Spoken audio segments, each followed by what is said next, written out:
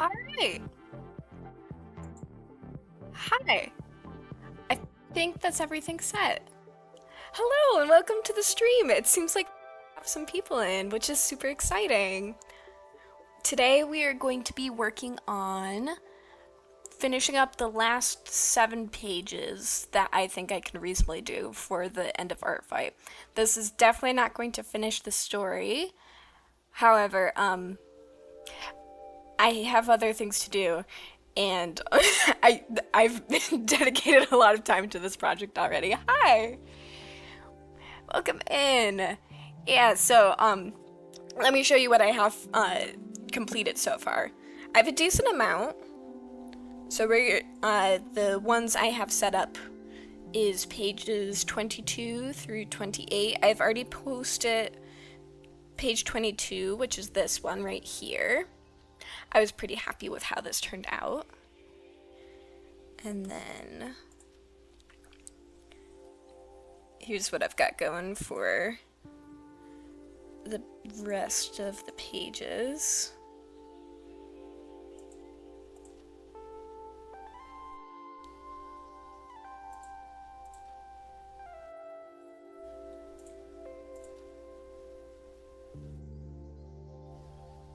And I think this is a good enough spot.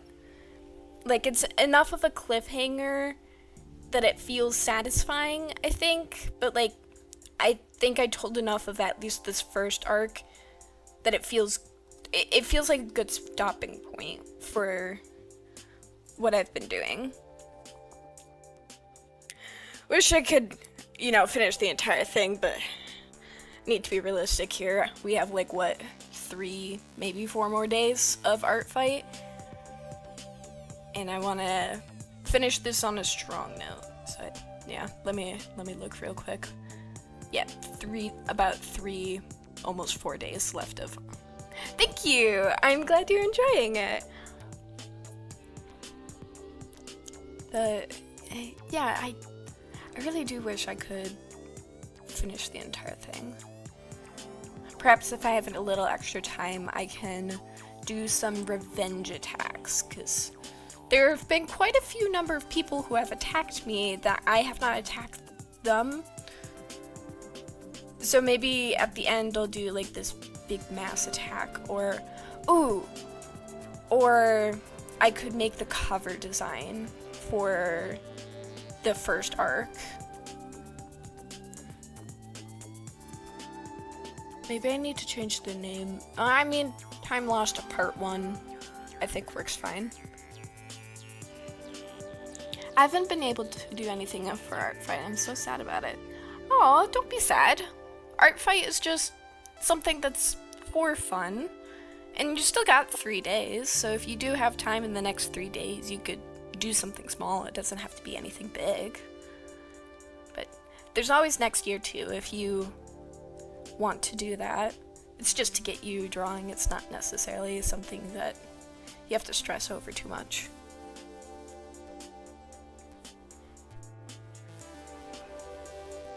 I think it's so fun that since I've been redrawing a lot of the same characters for this, the people that I've been redrawing over and over again, they're like, oh my gosh, this is so cool! I'm eagerly anticipating the next update. They're gonna be so upset that I'm not gonna be able to finish this. Maybe not upset, but like, there'll definitely be some sort of, aw, dang. I wish this could be done. But we gotta be realistic here. I think considering what I've been up to, this has been a decent amount of work.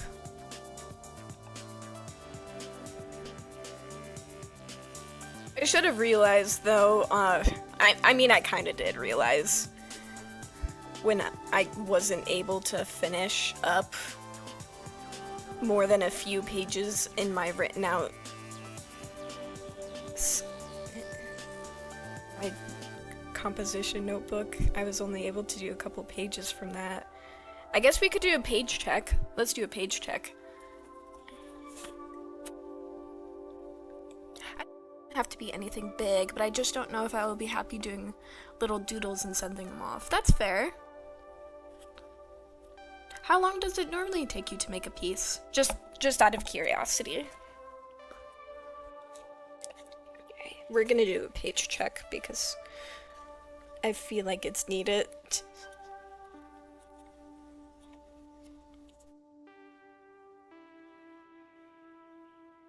Okay, so we've done page 1, page 2, page 3.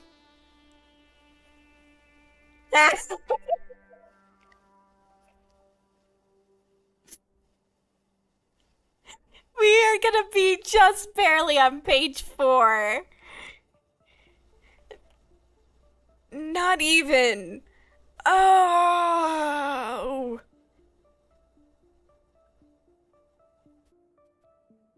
It's barely on page 4, and that is it. I didn't realize how condensed this story was.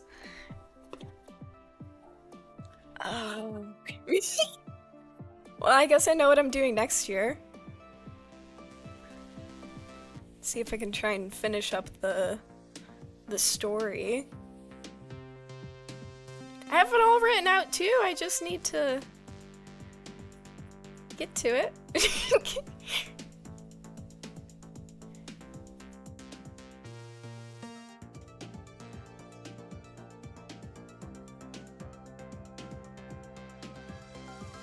Hi, welcome to the stream. Yeah. Flowers, sad flowers. I'm honestly, I'm kind of amused too.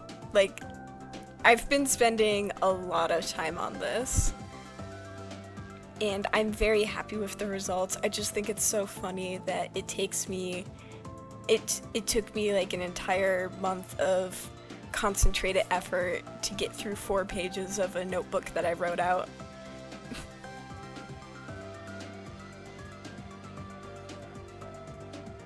As my confidence and motivation has waned over the past years, the time I spent on my work has only gotten longer. Yeah, that would do it. Hey! This might be a good opportunity, though.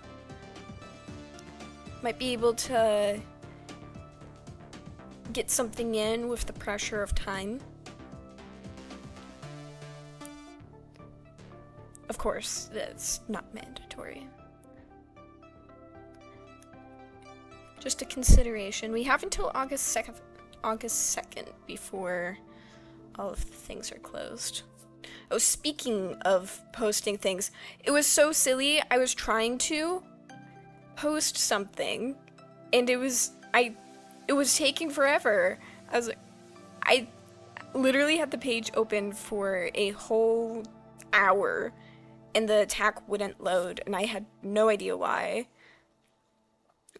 Eventually, I had to just get out of the loading screen and then get back into it after waiting for so long. And that seemed to fix the issue, but it was certainly very annoying that I had to do that.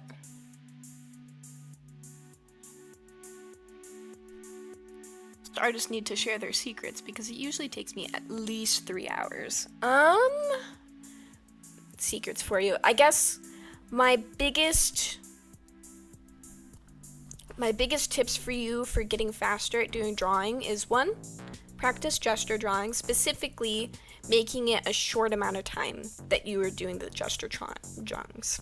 I'm talking 30 seconds to maybe a minute for your gesture drawings.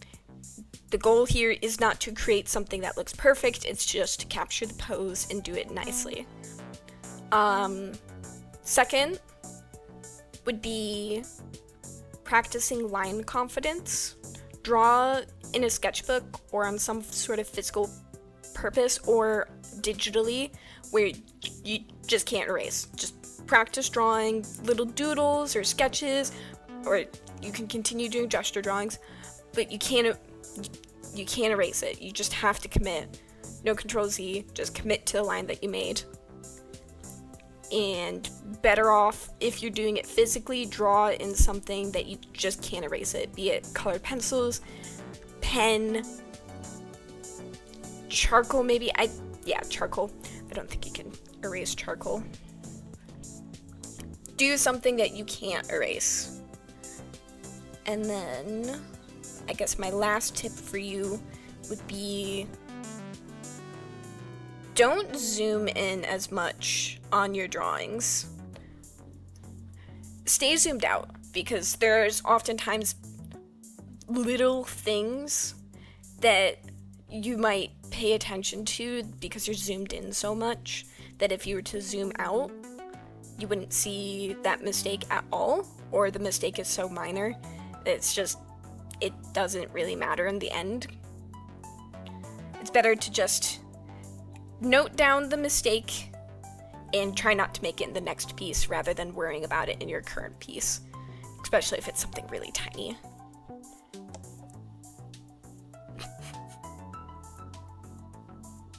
Charcoal is the opposite of erasable. Excellent, yes. The only reason why I don't use it more often is because it smudges horribly. I hate drawing, well, I like drawing in charcoal. I just hate how it smears in my sketchbooks. It's really rather annoying. I can't even count the amount of times I've tried to zoom in on paper, lol.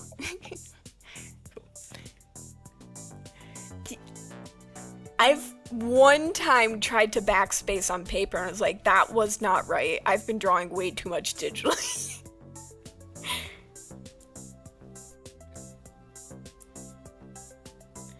It was certainly bizarre. Made me feel very silly.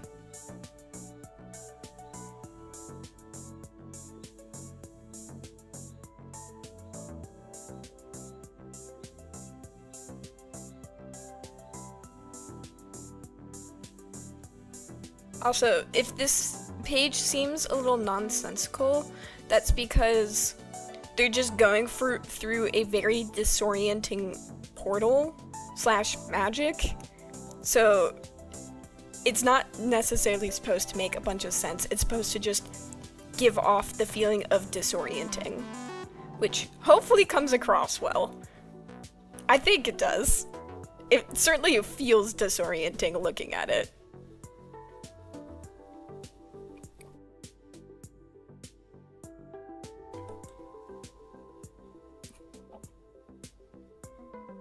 Real and wiping off imaginary eraser bits on my screen, lol. Oh boy. Oh. I love when things mix, it's so great.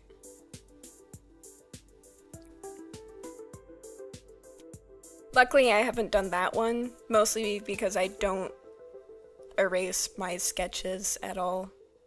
I draw in colored pencil. So me telling you to draw in a medium that you can't erase is not me just telling you stuff, it's me practicing what I preach.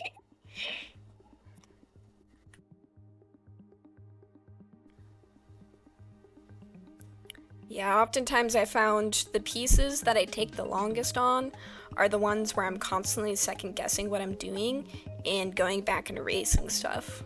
If I'm going back and reworking something, it takes so much longer. It's like going on a drive and then missing your turn, and then suddenly what was supposed to be a 15-minute drive turns into a 30-minute drive because you're constantly making the wrong turns and not knowing where to go. Just be decisive.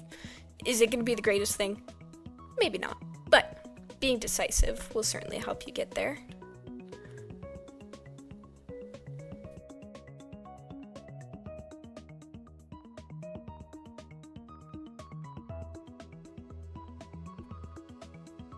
The worlds are colliding.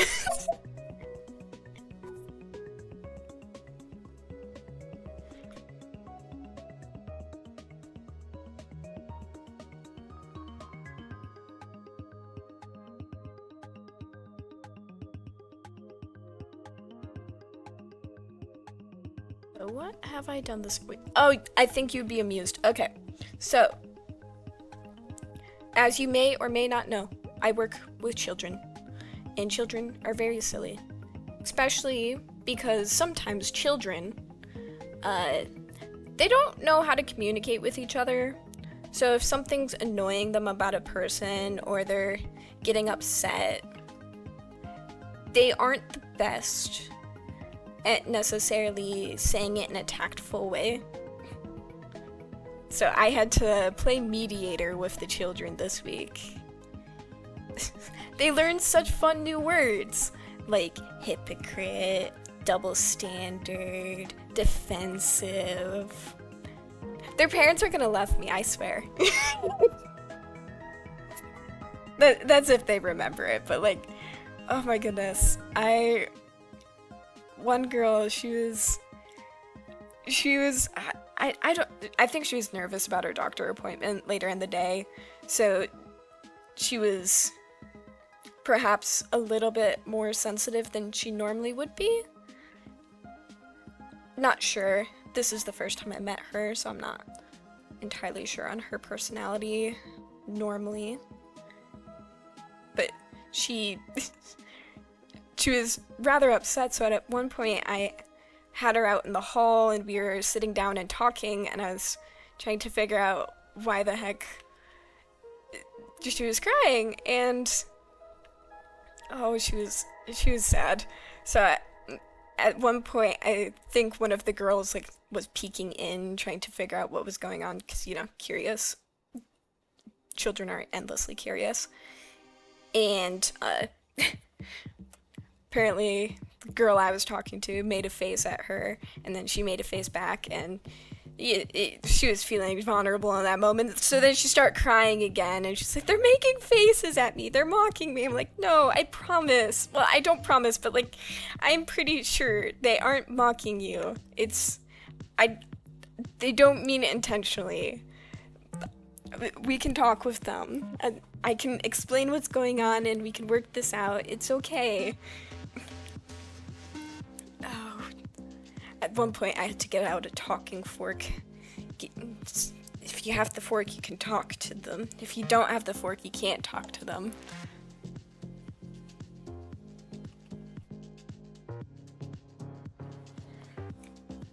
Yeah.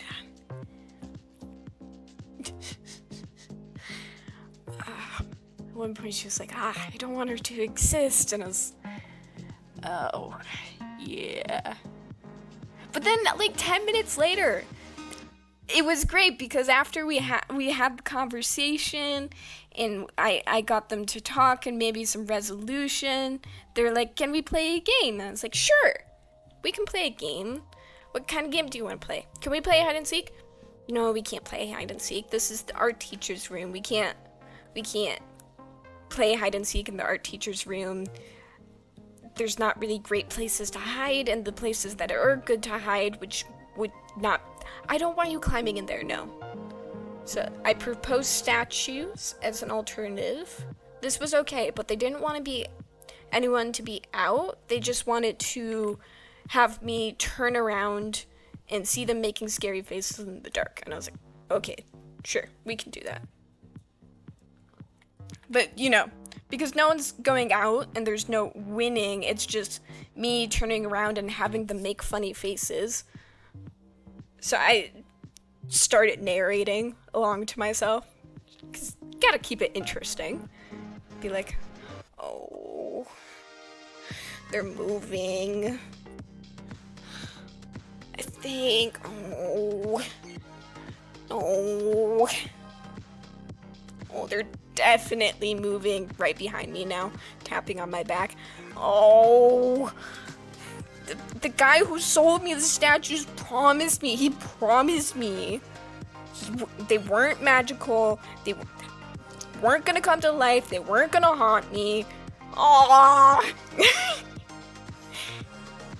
I don't know how, but at some point the game transformed into them being statues to them being vampires and kidnapping me and inoculating me into their coven. It was rather interesting.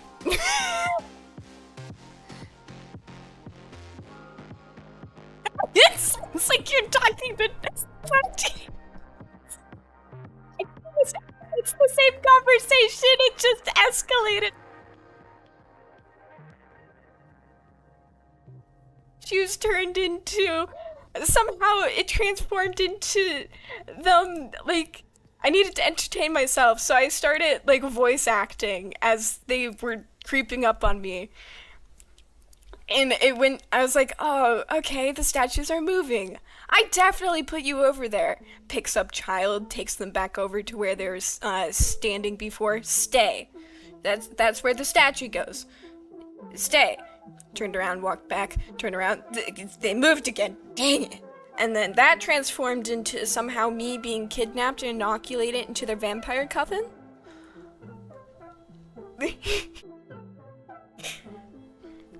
So overall, I'd say that was a good day. I had to mediate a little bit, but it turned around in the end. If I had a nickel for any time that I had a group of children start a cult/coven, I would have 2 nickels. It's not a lot, but it's weird that happened twice. If it happens a 3rd time, I'm gonna start thinking that maybe I'm the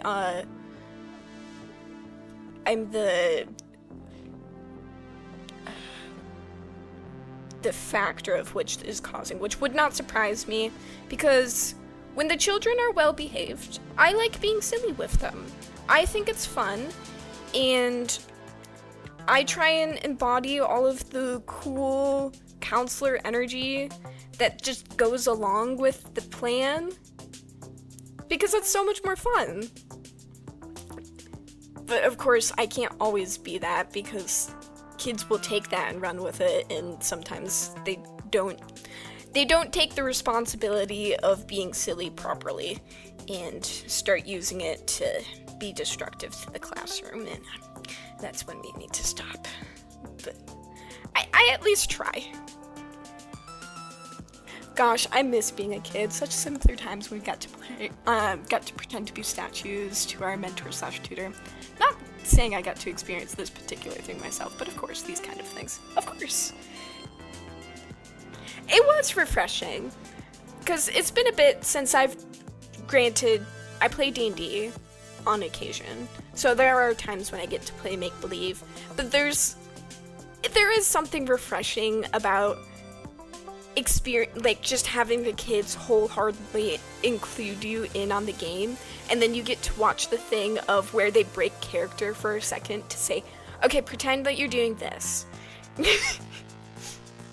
And then it goes back into character pretty much immediately, and you just kind of have to follow their stage direction and be like, oh, okay, we're moving houses now. I'm selling my house, and I have to try and make it make sense.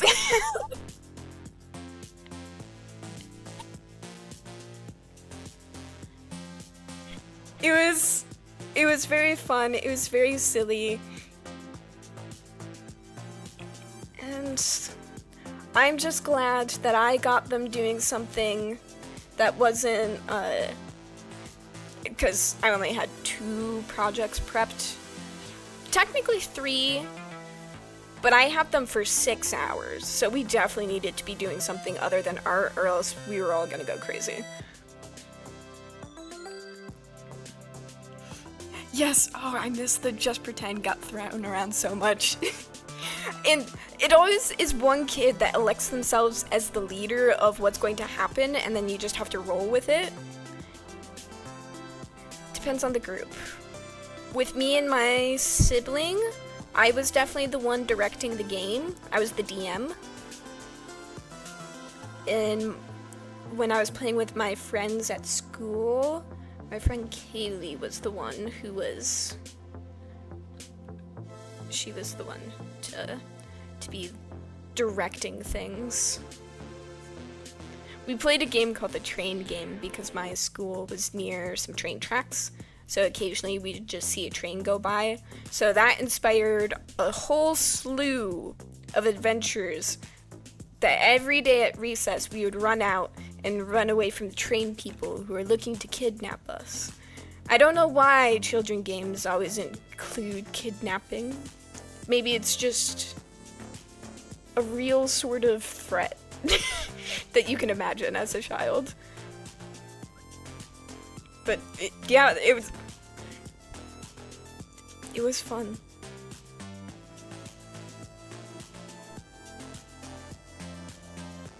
These kinds of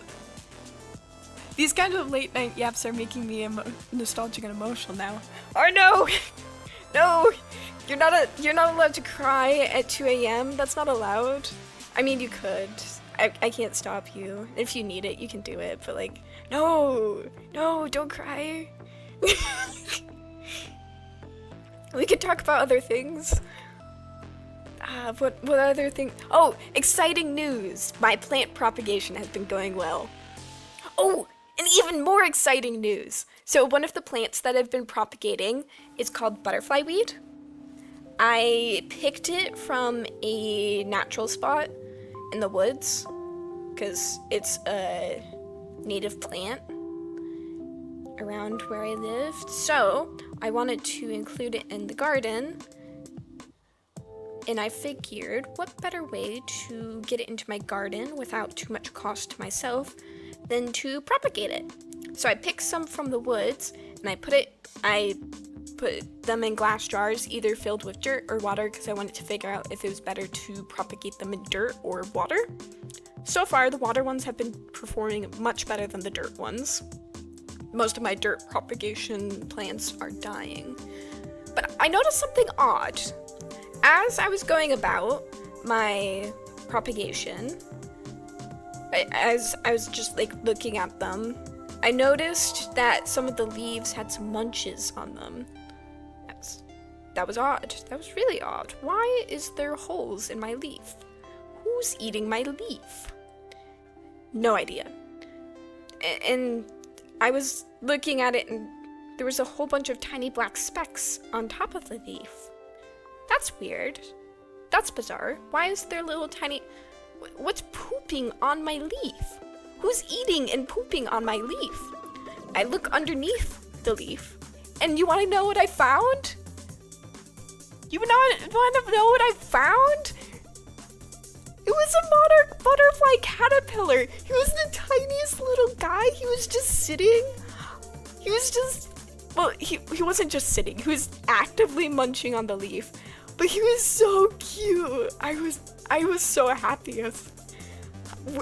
Where did you come from? He must have been either an egg or a tiny, even tinier caterpillar when I picked it. Which, I'm so happy that the butterfly weed, which is a type of milkweed, or at least in the milkweed family, which means monarch butterflies eat it, which is great. It means it was proof that milkweed in the area had butterflies on it, which made me very happy. My sibling took them outside and found some nearby milkweed to put them on, since I kind of want my cuttings to thrive. But that was a really cool find. I'm super happy with that.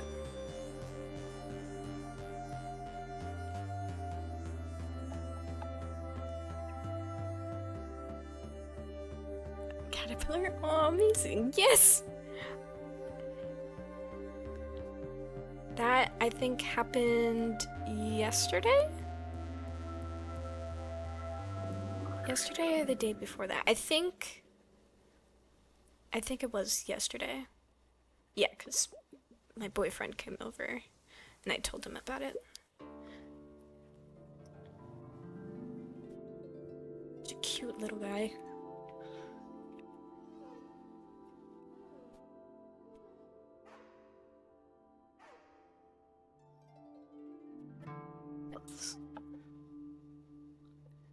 Sometimes when you look back at kid games and realize how messed up they can be occasionally. Those are the best kind, though. A little bit dark. Those are the ones that treat the kids seriously. Which I think is good. Maybe that's why the kids are silly around me. Because I treat them seriously, or at least I try and exist with them and not just at them. Yeah, I'm trying to lead them through projects, but I'm also trying to talk with them, ask how their day is. I think that helps. It definitely has them being a bit more silly around me, because I'm pretty sure at times they don't see me as an authority figure. So I think, at least with the Wixom class, it was a balance of they did see me as an authority figure, because even during mid-play session, I would break character for a second to be like, hey, no, you can't climb the shelf. And then I was able to jump back in and they would still listen to me. So I think I was being seen as an authority figure, but there's definitely different types of authority figures. I was walking in my local park yesterday and a monarch butterfly landed right in front of my shoe, and I just stood there for a moment to watch it, reflecting on how life's so fast now many wouldn't notice. That's my favorite thing, honestly. Those tiny moments. I'm kind of obsessed with the idea of tiny moments. Just when you take a second to look out and see something that, in the grand scheme of things, isn't very consequential, but it's there. It still exists. It's at times really cool. Sometimes it feels like a tiny little secret that I discovered, and then I get to hold the knowledge of it. At times I get to share the knowledge of it. Like, one time when I was a kid, I was practicing riding my bike no-handed, and it was a little bit later in the day, so I was riding up and down in my neighborhood, and I happened to look off into the side by a break in the houses. There was, I think, it was a low point in the neighborhood that collected water, so they couldn't really reliably build a house there because it needed to be able to drain. So it was a gap in the houses with a look into the nearby woods, and in the tree line I saw a buck.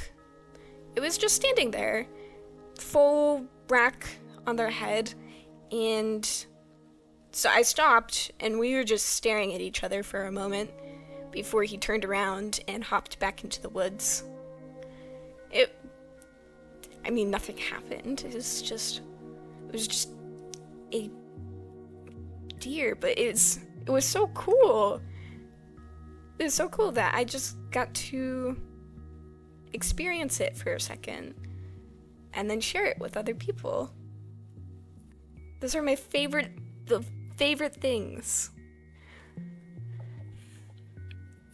A book? A rack? Like a rack of antlers? Buck. Yes. Sorry. A buck.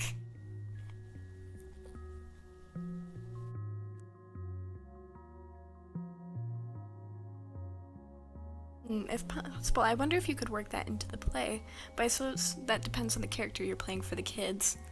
It does. And oftentimes the characters that I'm playing, or at least oftentimes I feel like when you're doing a make-believe adventure with kids, they're more doing action stuff.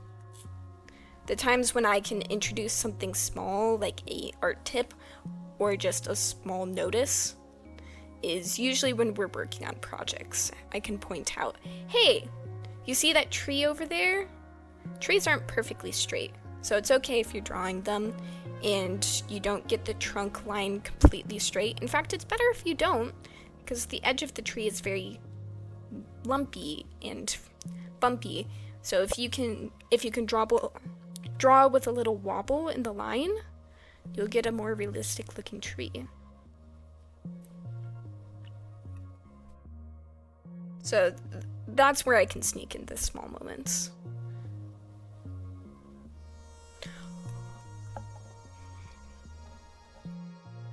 I didn't hear it correctly at first, and buck isn't a word in Ireland commonly, so I was just racking my head for the ook sounds that made sense. Fair enough. Fair enough.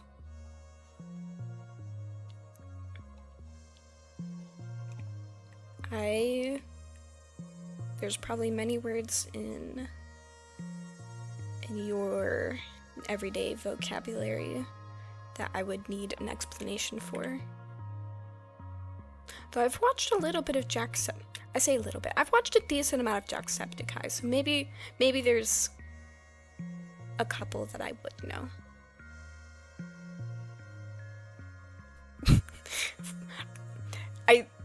I don't know if it's just the fact that British English is close enough to American English that if you just pay attention to them for just a little bit, you can figure out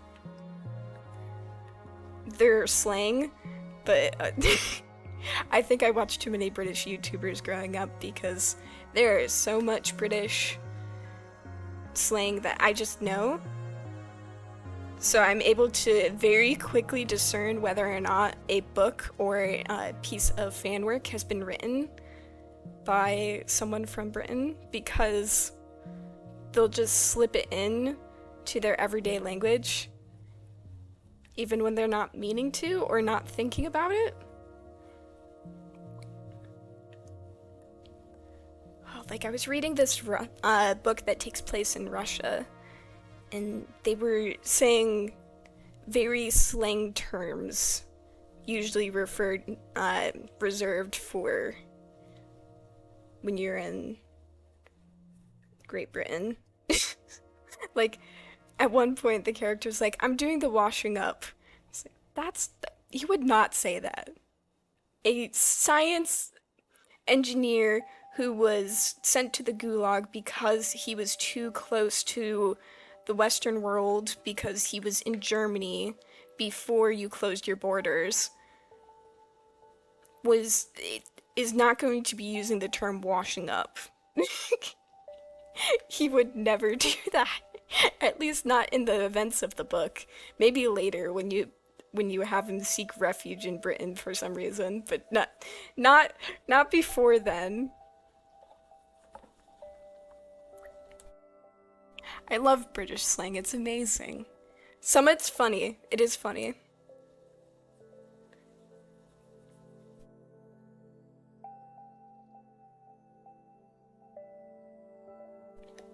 I watched a little video the other day about Hiberno English, Irish English, and it was quite interesting to hear/see the words, terminology and phrases I'm familiar with, and realize they aren't. I assume they aren't common or used in the everyday.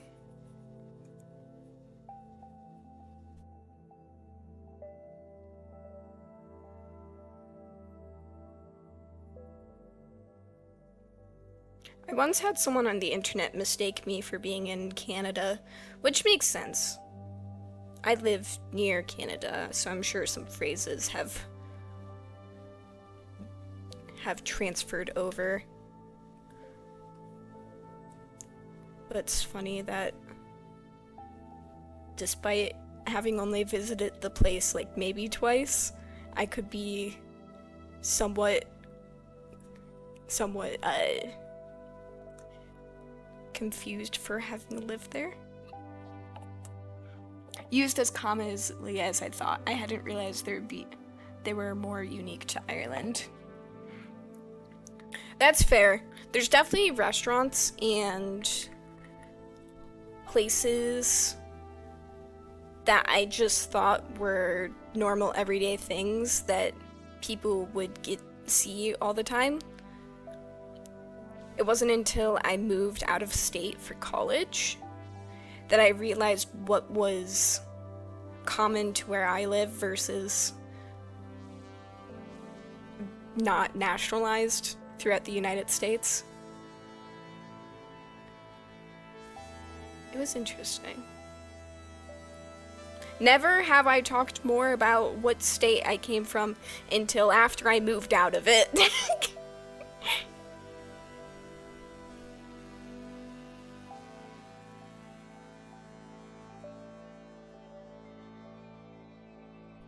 America has many accents, but I do feel like your accent is closer to that of Canadian accents, so that makes sense.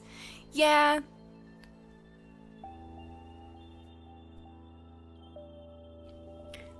that makes sense.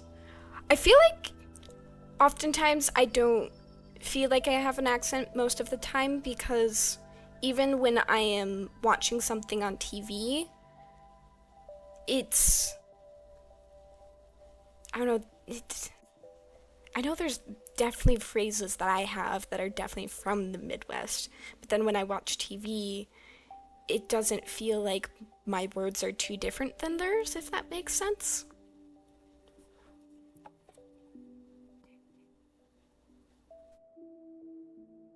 It's like, huh, I didn't realize that was just an Irish thing. Everyone feels that. I feel that too. Oh, the lack of, I don't feel like I have an accent, and then someone else listens to you and goes, oh my gosh. Oh, yeah, you totally have one. Definitely have an accent.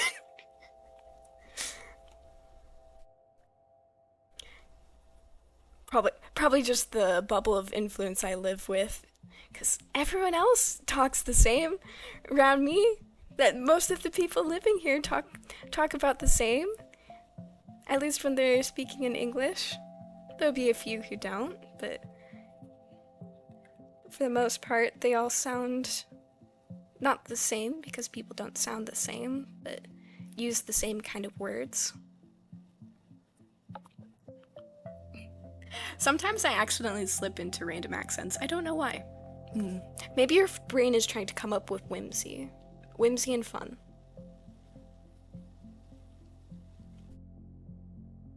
There was definitely a time in high school where I was practicing a British accent because I thought it'd be fun to be able to speak in a believable British accent. Not that I did it too much because I was a lot more self-conscious as a high schooler slash middle schooler.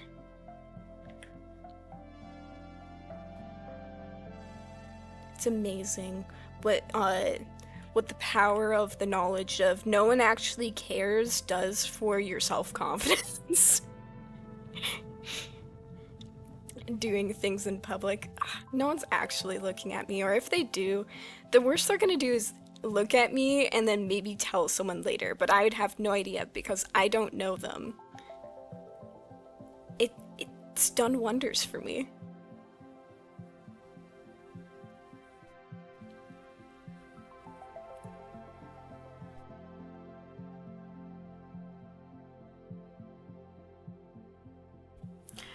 I'd be so interested to know slash hear what it sounds like when someone more unfamiliar with Irish accents or even English. What I sound like to some.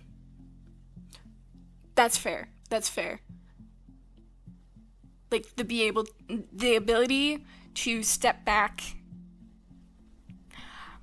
Oftentimes, when I think of like Canadian accents or like a Midwest accent, I think of the very stereotypical, uh, oh yeah, bud.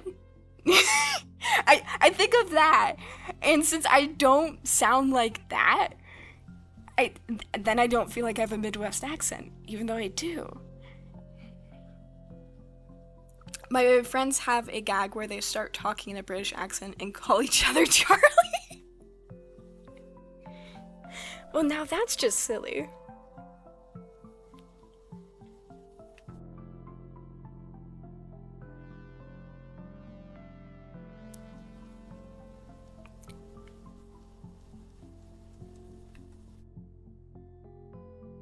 My sibling is going to be doing some work abroad, and they're so excited to introduce random children to the sport of hockey. They break out their most Canadian slash Uber accent and just go ham with just speaking all about the wonderful world of hockey. See if it amazes the children. Maybe teach them how to play field hockey. Could be fun.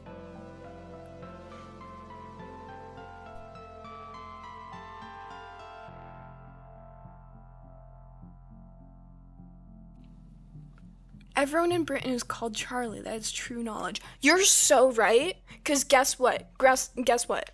Brian, one of the only British people ever, is named Charles. So really, you're so correct.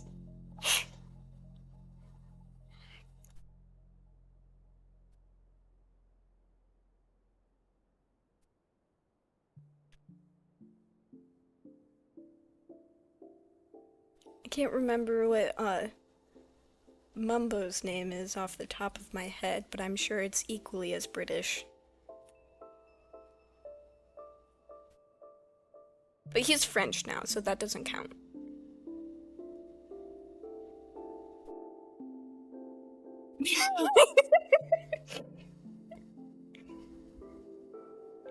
I'm laughing at the skull face emojis you sent. Oliver. It's just as British. Charles and Oliver, I can't think of two of the more British names. Can you think of more British names than that?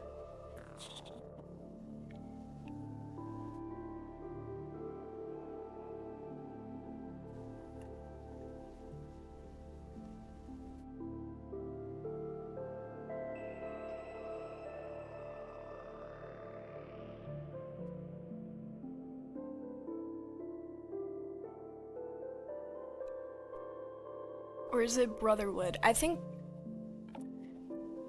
it's Wood, not Brotherhood. Brotherwood? I don't know.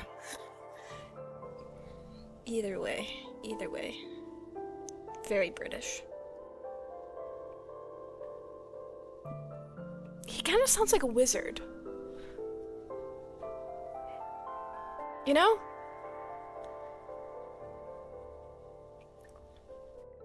Just Brotherwood. Maybe that's why he moved to France. He needed more ingredients for his spells to further complicate the game of Minecraft.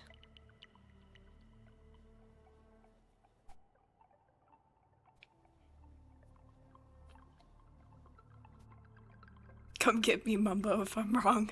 Oh no! Mumbo, what are you doing here? I got your name wrong? Can I get a photo?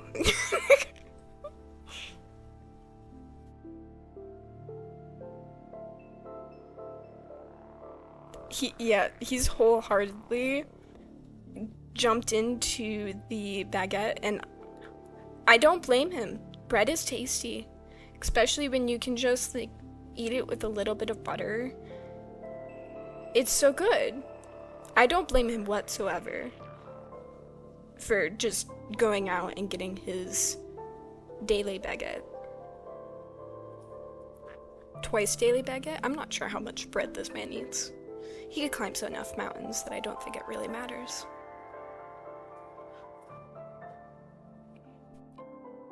It's simple, really. Of course, it is quite simple. Baguette. Baguette, mountain, hiking. I think he's figured out the secret to a happy life. Baguette and mountain. Or at least one way. I'm sure there's multiple. Oh, that reminds me. I was reading a psychology book at one point, and it's so funny to see how a person's personal philosophy on how they believe the world works based on how they experience it, specifically in the world of psychology. Because I saw there was one psychologist on there. She believed that no one in the world was happy and that they were all faking it. And I was like, ma'am, you're so depressed. You're so depressed and you don't even know. Or maybe you do know and you just think this is the constant state of everyone. It was really fascinating. Mumbo jumbo spawns. Oh my gosh. Whatever shall we do?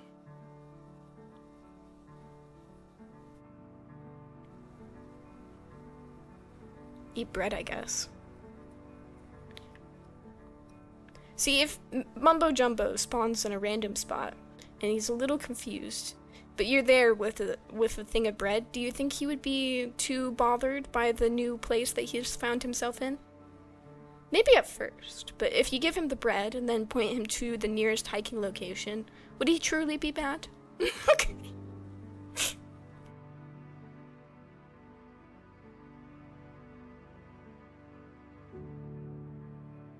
I think if he like randomly spawned in Colorado, he wouldn't be too mad about it. I think he would honestly be pretty happy to have randomly spawned in Colorado. Now, getting out of that situation would probably be a whole nother thing, though, because how do you explain to the US government that, yeah, I got into the United States without you realizing, and I promise I didn't do anything nefarious to get here, I just came here.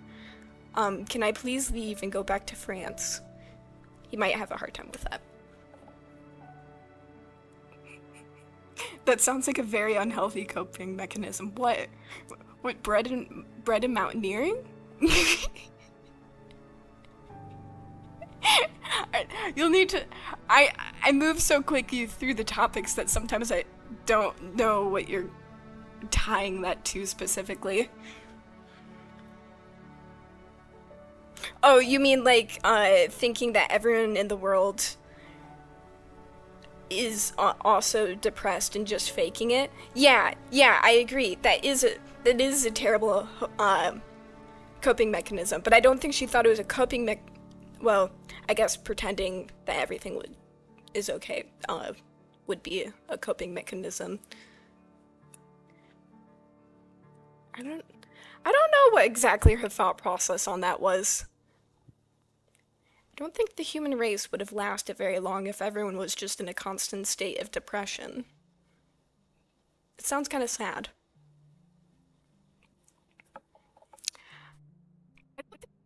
I'm impressed with the mountains in my area. They're designated mountains, but they're absolutely just minor hills compared to other mountains, even mountains in Ireland.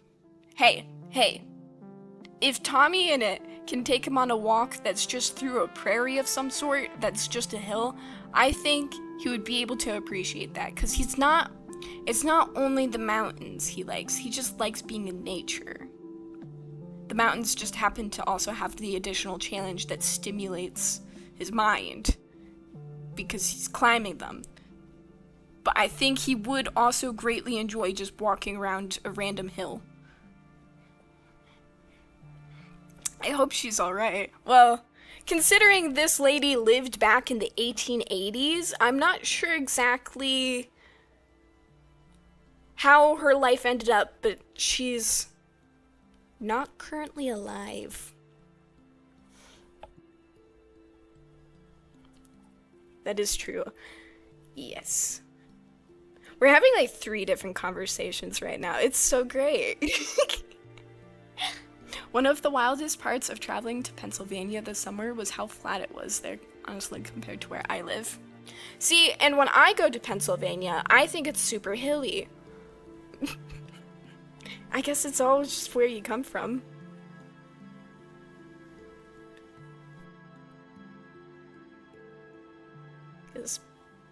Correct me if I'm wrong, but I'm pretty sure Pennsylvania is at least connected to the Appalachian Mountains. Ah, so not a contemporary psychology book. No! It was literally called the psychology book, in which it summed up...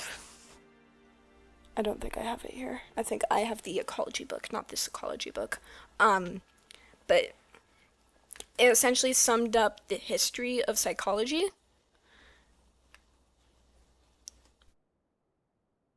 So that I wanted like a broad scope of it to then have a jumping off point for further research for my story When It Rains. She was one of the many people in the book that was talked about. It felt so memorable at the time because I was reading it while I was at the doctor's office getting a blood draw, and it was so baffling to me that like that was her entire worldview, that I talked about it out loud to the person who was doing my blood draw. I was like, wait, look at this. This is so crazy. And that sparked a little bit of a conversation with them.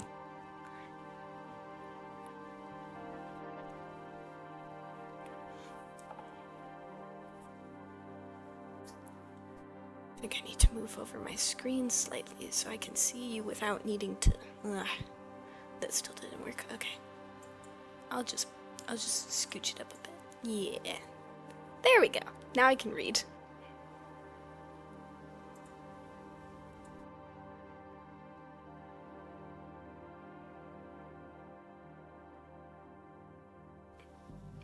Also, I gotta say, I love the line of faces where the two characters spin around. That's so fun. Thank you. I had a lot of fun just thumbnailing it out and then drawing it. I think my personal favorite bit is the characters just like tumbling around. The middle.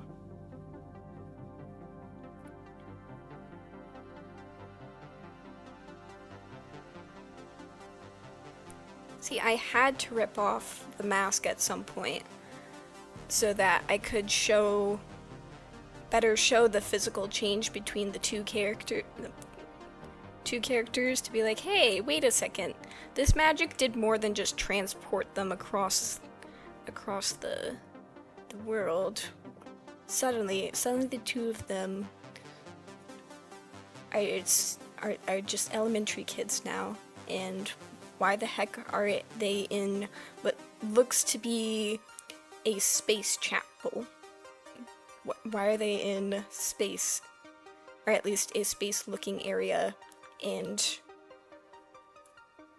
I guess this is technically spoilers, but you have to wait a whole entire year to see more of it, but essentially they're going to be trapped in a school that teaches children how to use magic.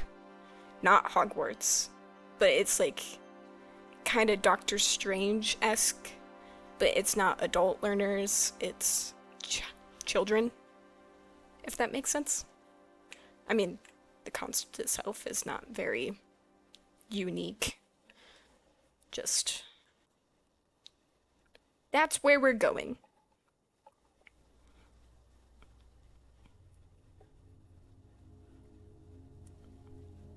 At least in the parts of Pennsylvania, I was in the average elevation above sea level, which was about 400 feet. I'm used to being 3,000 feet above sea level. Well, I guess that would be flat for you then. Dang. I've just noticed that her hairs at the top of frame vaguely looks like a hand, and I can't stop thinking about it like that. That's fair. I was just trying to make it look as if it was being pushed up. I wasn't too concerned about it looking too much realistically like hair.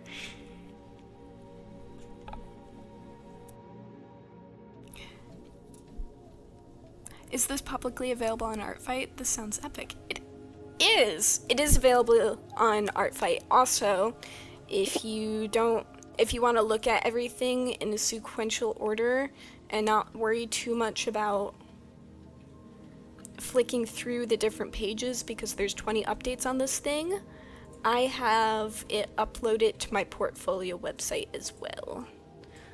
Here, let me copy over the link. The hair fringe, yes.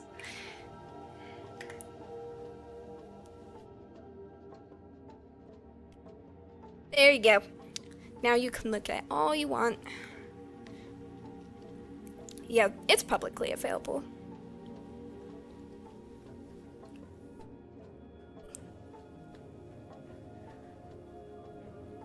I enjoy sharing my work, and you've definitely stuck around long enough to, even if I don't know. You've seen most of it anyway. It'd be kind of silly to charge you to see the rest of it.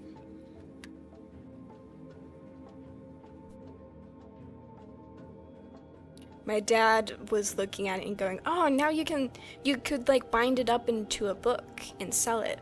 And I was concerned because technically these aren't my characters. Yes, I drew them and all of the work is mine, but I don't own the characters, so I'm not sure of the legality of drawing someone's characters and then selling them. I guess technically that's what you do when you make fan art and sell it at Comic-Con.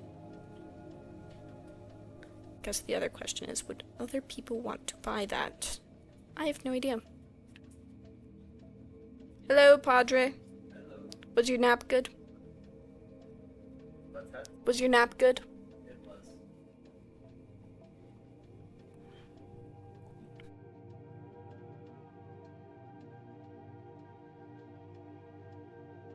I just need... I think I'm gonna try and go for a more abstract background here. I'm still going to add enough elements that I can label it as scene, because this is already going to be a friendly fire attack because the only other character is one that's on my team, at least in this specific one. Perhaps I should have chosen a Spider-Man that was not on my team for them to join me, but I had already drawn the concept art for this beforehand, and it was so cute. I just really wanted to continue on with the theming of it, so I have a Spider-Man who's technically not on my team, or who is on my team, so this will be friendly fire. So I definitely want to get a background in here that I could consider a scene.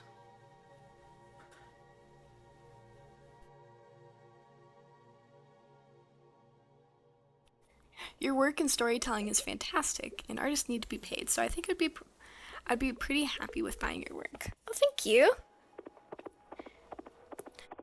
Happy with buying my work, and there's definitely pieces of artwork that I sell that people enjoy buying, like my zine comic, The Trash Band.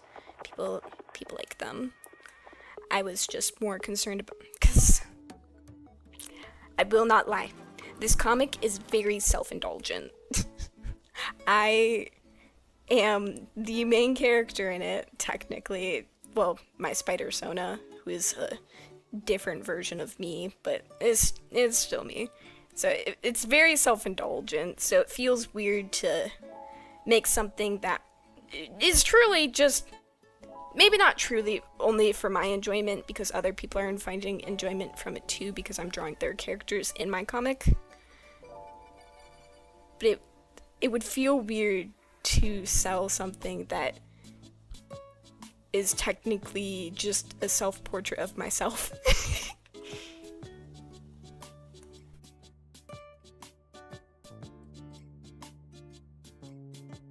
Like we're back at the horse section of the music. Yes, we are. Does your Spider-Sona have wings, or am I misinterpreting the back, particularly in the first frame? So what happened here, at least in the, you'll see it when you get through the different comic pages, but essentially at one point they're traveling through the city for a long time, and it's rather cold. And my Spider-Sona just kind of jumped in. She didn't grab any materials, and it was summer in her time, so she didn't really think she needed to grab anything additional. But then she got over to the world that Reg X had like escaped to, and it's in the dead of winter. It's cold. So she's swinging around this New York, and it's so cold. And after a point, she just stops on the top of a building and is like, I need to take a break. I am so cold. I am tired. We've been searching for hours and nothing has popped up. So then the local Spider Glacier was like, you cannot sit here. You are going to freeze. Here, have a cape. Don't get blood on it though. It's my sister's.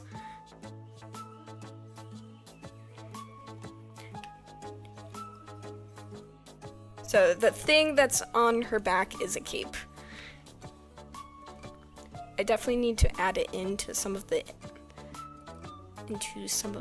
panels though, because I forgot to draw it when I was doing some of the thumbnails.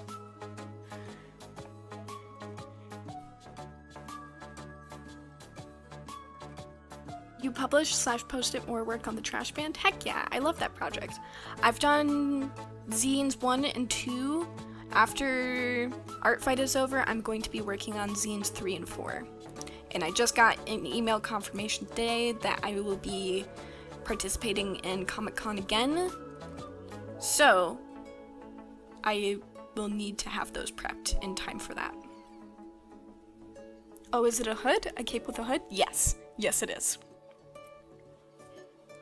It is specifically a rabbit hood because I thought it would be fun to have the cat spider be contrasted with a rabbit spider.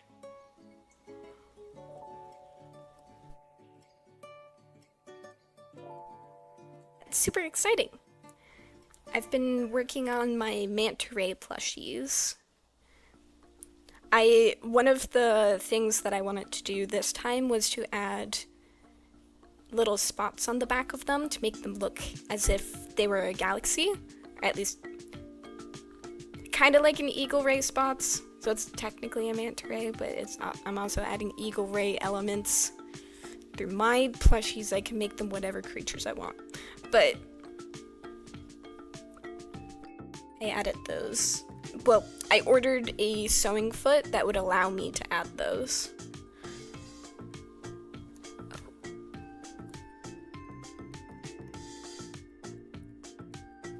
So I've been having a lot of fun with that, to the point where some of them I didn't even do in the normal dots. I added either like a kind of a checkerboard pattern, like a diamond pattern into it, and then one of them I did a quilting squiggle pattern. That was fun to do.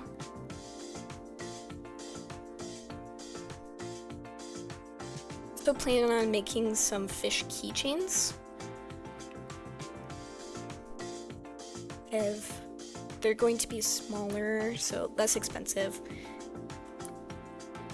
And hopefully they won't take me too long to do, because that was the idea of having something a little bit less expensive, because I noticed that there was some people who would pick up my work and go, "This is super cute," look at the price and go, "Ah, I can't afford that," and put it back and walk away. So I was trying to come up with something that other people would, that's a lower price point that people would be better able to afford, because I'm not going to lower the prices of my other plushies. I also thought they would be cute, so there's that.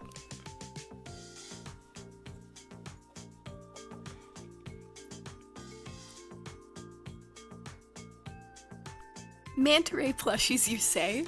Yes, manta ray plushies. I'm a plushie fiend. I spend quite little money on other things, but I love plushies so much. So when I see plushies related to my interest, I find it hard to resist. I do manage to resist when needed. It's really appreciate and considerate of you. Yeah. Originally I had my crow plushies at $20, but I spend so much time on them that I ended up upping them to $30. But considering they're handmade, I don't think it's a bad price. Do you sell your plushies online? I have not tried selling them online yet. I don't think I could technically upgrade my website so that I could do online orders. I just haven't yet. Mostly because while I do think I have people in my audience who'd be interested in it, I don't think I would have enough people in my audience to quite justify the price of doing that quite yet. I would be interested in doing that at some point though. Because as fun as doing Comic-Con is, would also be fun to be able to get a few orders in, make the plushies that week or so, sell them, and then just sell and make them as needed, rather than needing to make a huge batch of them, sell them, hope I sell them at Comic-Con, and do the cycle over again.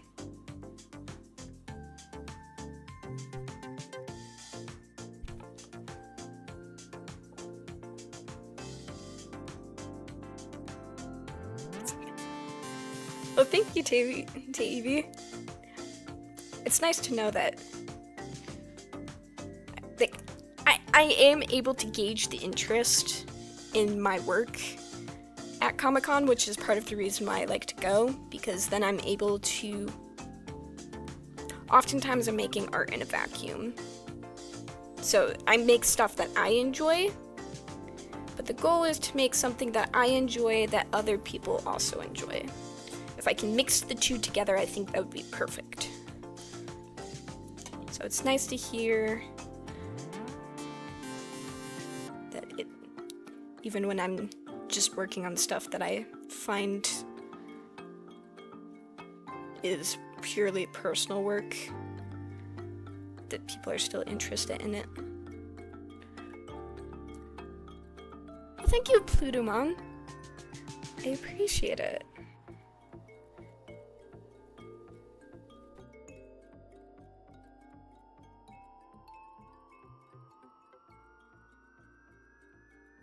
I think we're getting close to finishing coloring all the flats. What's the back detailing on this character? Okay. Very similar to the spider up front. Okay.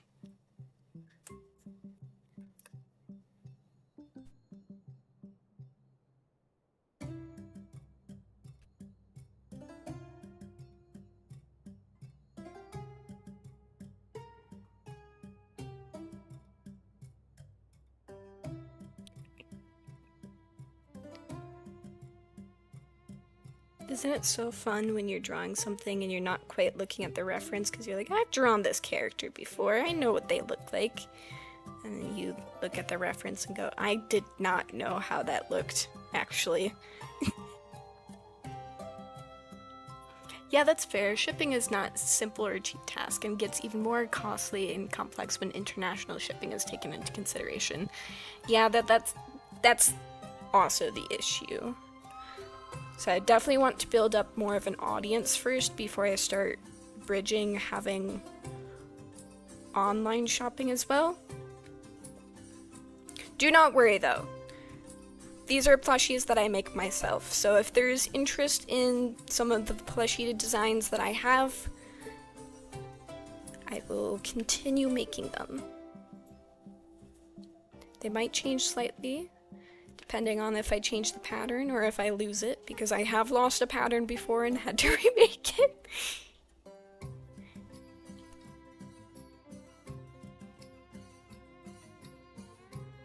Somewhere on the spectrum of when I first made it.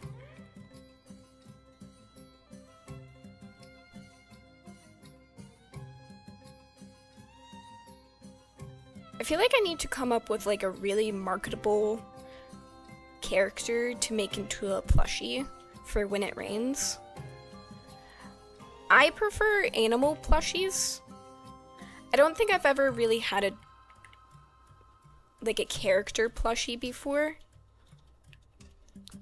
And not that I don't think it doesn't work, it just feels slightly odd to me to buy a human plushie. I normally just see them in animals. So I think if I were to make a plushie that's associated with When It Rains, I would want it to be an animal.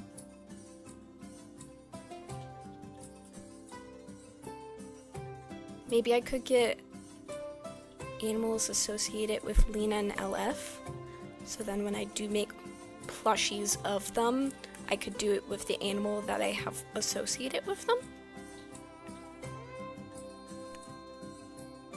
I like a good subtle merch, And I think that would be a good way to make merch that feels subtle.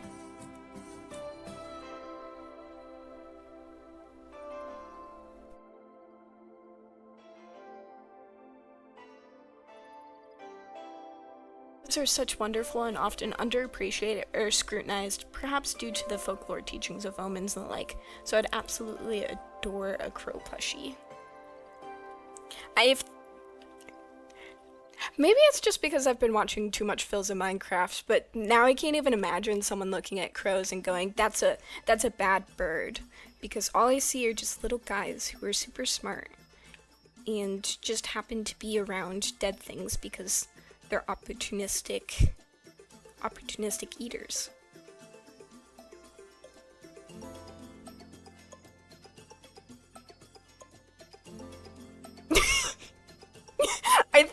I think this little drawing of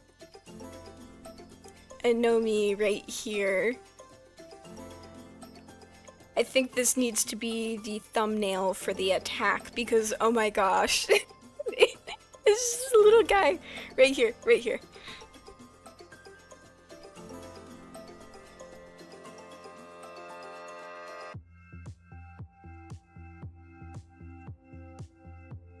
Okay, now I just need to figure out what kind of animal Lena would be. It might be harder to come up with an animal that I think Lena would be. Or not Lena, LF. Because LF doesn't live on Earth. She lives on the other side of the portal. So if I were to associate an animal with her, it should be a creature on the other side of the portal, which means I need to come up with a creature that is iconic to the world and also can just be associated with LF. I guess that might be a good way to come up with some creatures because I don't know if I've been lacking motivation to make the creatures or if I've just didn't know what kind of creatures to make, but having that as a limiting factor or a rule guideline for making the animals might be an interesting drawing prompt.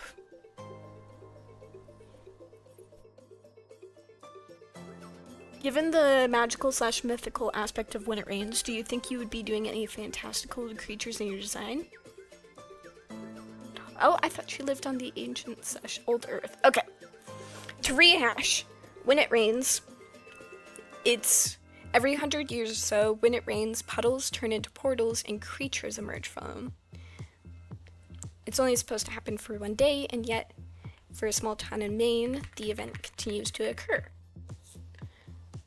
The portals lead to a alternate Earth of sorts. It's very similar, but there's a few differences. The sky is more of a lavender purple in color, and the plants and the ecosystems, while similar, are also different because it just evolved in different conditions. So there'll be a few species that cross over just because the worlds connect often enough that their evolution lines are a little bit intertwined. Not so much that everything looks the same, just in the fact that you could walk through and go, wait a second, that looks like a willow tree. Because it is a willow tree. It's just slightly different. Here, let me pause the ads.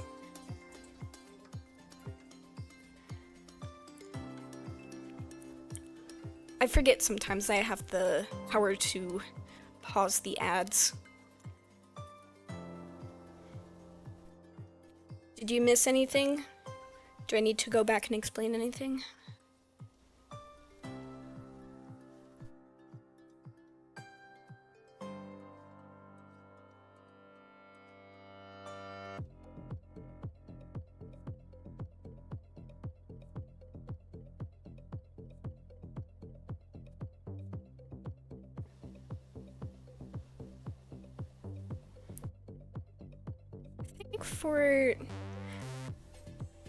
I think I just need to, at this point, sit down and come up with a couple creatures. Because I've designed a couple environments, which was what was stopping me before from creating creatures, was not having a set environment for them to exist in. Because you can make creatures all you want, but if you want them to make sense in the world, you need to design the world that they live in. Because animals are very much influenced by the environment they live in, and the environment is also influenced by the animals that live there. So I think in order to develop both, I need to develop the animals, now that I have an idea for how I want the environments to be.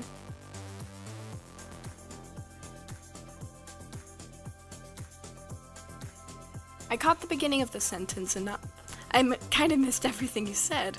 I caught the beginning of the sentence, but not much more than that. Aw, dang. Okay. Again. One more time. So, every 100 years or so, when it rains, puddles turn into portals and creatures emerge from them. The event's only supposed to happen for a day, and yet for a small town in Maine, it continues to occur. Lena befriends someone on the other side of the portal, and that portal leads to an alternate Earth. It's very similar, but slightly different. It has a purple sky, environments that don't exist on Earth, and the plants and animals are different. There's a little bit of overlap because the portals open ever so often, so you get a few migratory species, but for the most part, it's different.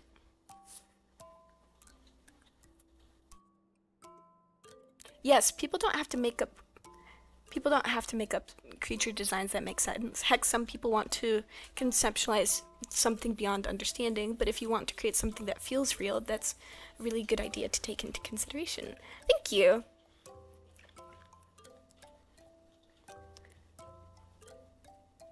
I know whenever I'm consuming or watching a media, sometimes I can turn off my brain and just enjoy it as it is, but other times I like to dig into it, and when it makes at least a little bit of sense, it feels all the more satisfying. Like when you can tell that the creature lives here and how it interacts with things. That's what makes Dungeon Meshi so good to me, because the dungeons treat it as an ecosystem, and the ecosystem interacts with itself. So then it comes up with ideas that are satisfying for how very stereotypical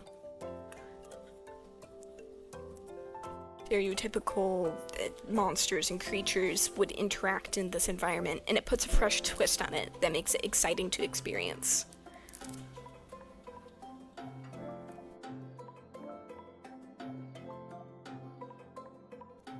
I was under the impression it was Earth of the past, but an alternate Earth is also really freaking cool. Yeah! Honestly, I did at some point consider the idea of having a time travel aspect to my story, but let's be real, the story is complicated enough that I don't need to add time travel into it. I think that's the one trope I won't be playing too much into.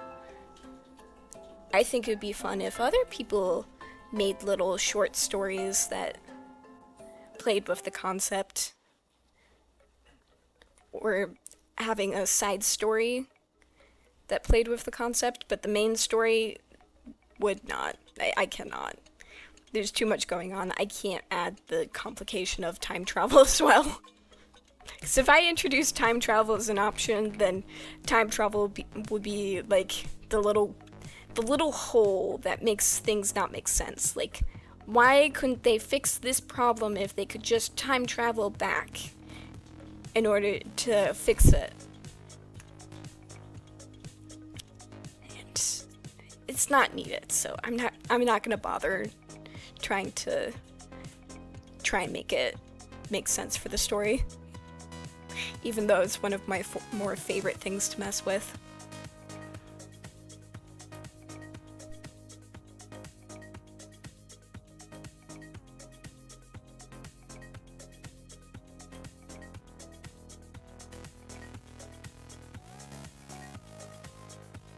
Do not worry, I am not covering over my work here.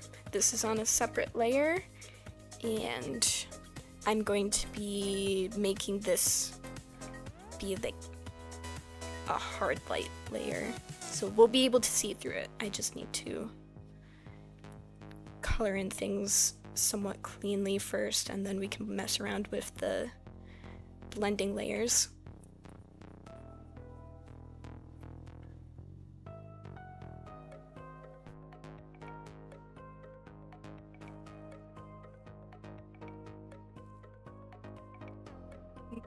I love how much thought and consideration Andy Weir put into the conceptual evolution of iridians and their environment and ecosystems. Asking a question, answering it, leading into another question.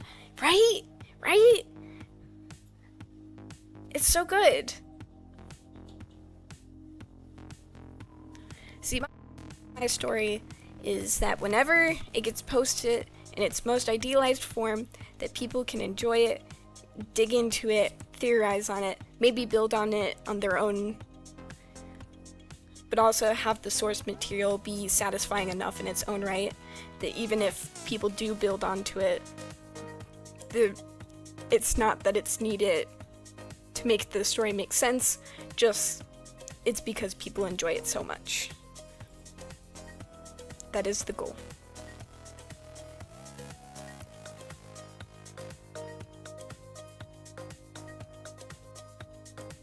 I need a background layer so I can properly see this blending layer in action.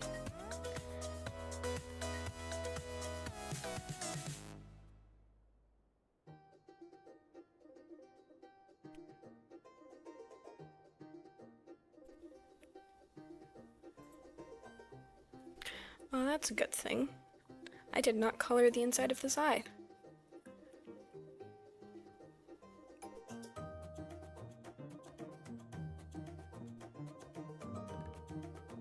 Okay. I can now see this is the wrong blending layer. Do hard light, overlay, not vivid light, not linear light, pin light maybe. No, hard light's too harsh.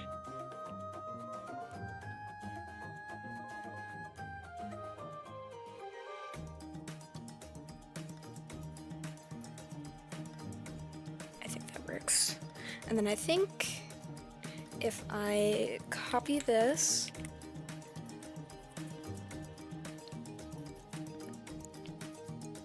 shift it slightly, change the color,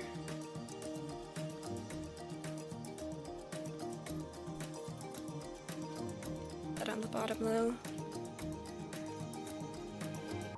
We can copy this again, shift it the other way,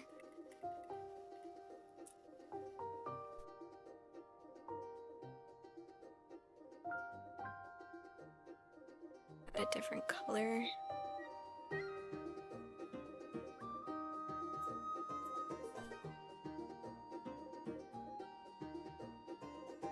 Yeah, that looks cool. Maybe I could add a glitch effect to... Is there a specific glitch effect? Distort, displace, pinch, polar coordinate, shear, blur. I don't want to blur it. I want to...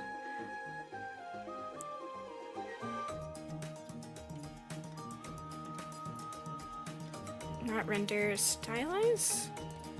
Video? I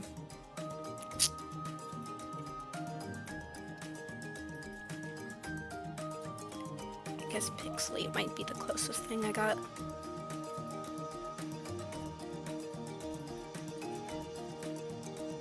No, not Monzo tint. I'll find the correct one. Ragnan? No idea what that did. I love when I click on a filter and I can't even see what it did. I just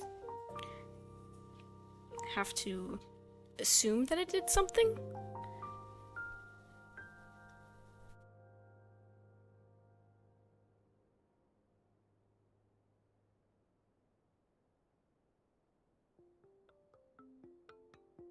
And then I can have the yellow one doing something different as well. Crystallize, perhaps?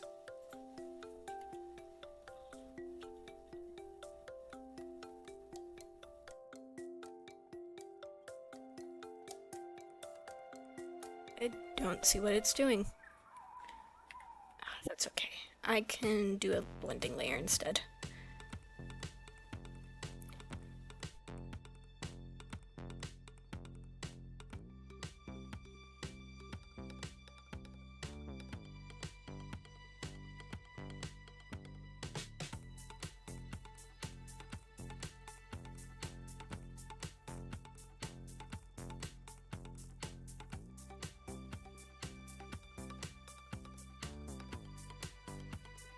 I think I need to lower the intensity of the pink. That way the characters in the middle still feel like they're... yeah.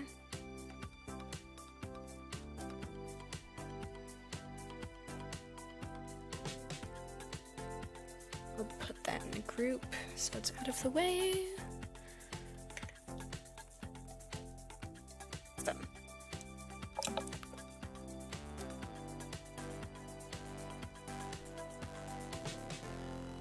To make a species that feels different and unique is rational and makes sense. I really hope you can get it to that stage. The ideas you have are fantastic and create some really interesting dynamics, themes, and emotions to explore. Thank you. It's interesting seeing other people's ideas versus your own to just see how different they are. It definitely feels like my ideas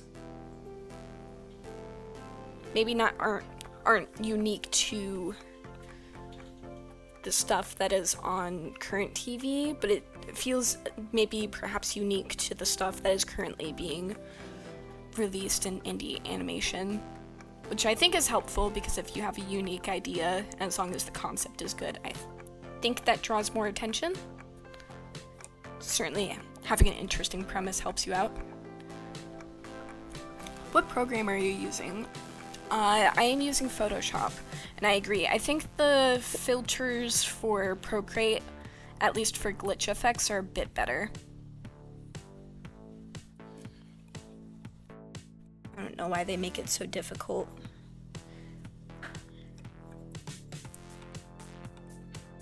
In Photoshop to do the same things. Probably because it's an older program, and technically it's a more photo editing software.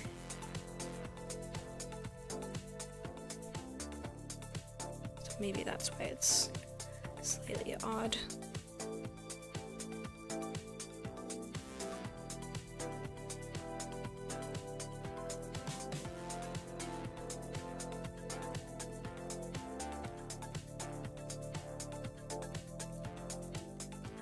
I'll also make this bright pink. I don't know if you've noticed, but with the comic, when I first used June's character, it had a bright pink. And I thought it would be really fun to help tie that into the rest of the comic by using bright pink as the color I associate it with some sort of pain that was happening. I thought that was interesting to mess with.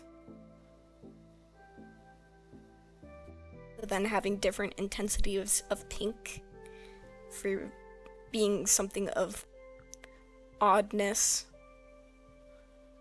or pain. And depending on how intense it is will depend on how strong the pink is.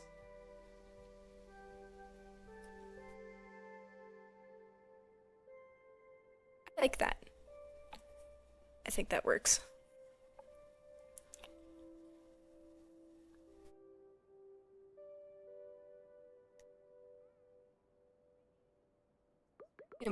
You're watching Skizzleman? Nice. Artfight is going well. I am working on the last 7. Technically, today I'm working on 6, but I've been working on the last 7 comics that I'm going to post for Artfight. We are currently working on comic page 27. Here, I can flip through them for you so you have an idea of what I've been working on. I really like how this one turned out. I was trying to make it seem as if he was shooting the gun and the random bullets that my spider person was dodging. This one, the only reason why I haven't finished it is because I'm slightly dreading on the background, so I've been putting it off.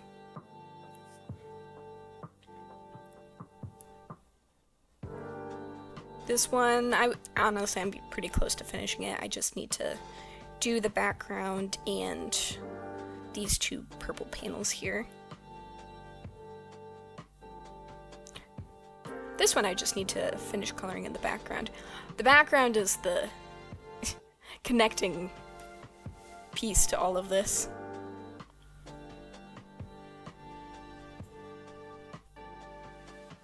I need to fix this eye here. I'm not sure exactly what happened there.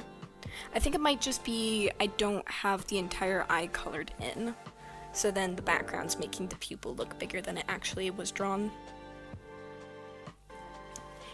This is the page we're working on currently, and this is the page that I'm gonna end off on. Despite it being the least character heavy, I think it's gonna be the most annoying to draw just because I'm going to have to draw a cathedral-like walls with big stained glass window. That's gonna be annoying, but I'll do it at some point. I have 3 days. I can't lollygag on it too much.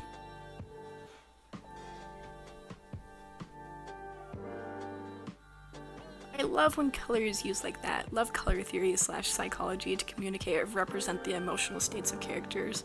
On topic, that's my favorite thing that ATSV does. Math attack? What do you mean math attack?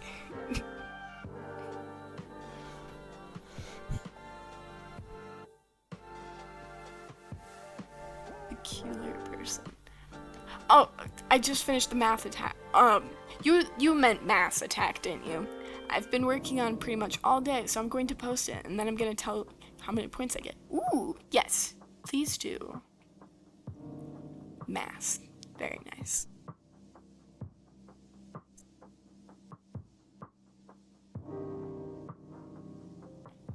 We're gonna continue with this one because honestly, I'm having a lot of fun with it.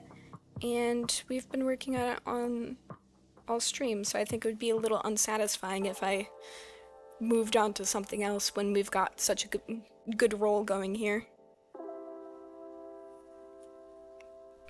I think I'm going to design this to make it look like seafoam.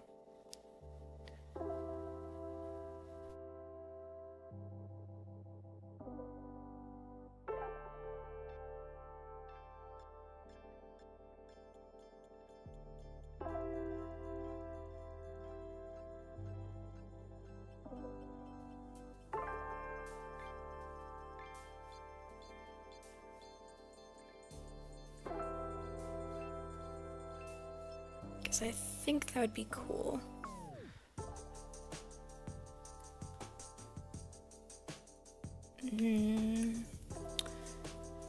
How can I get this to look slightly odd?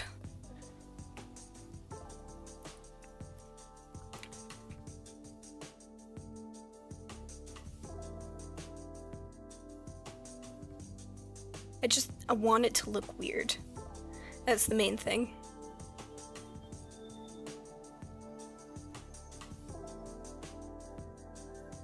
Orienting, odd,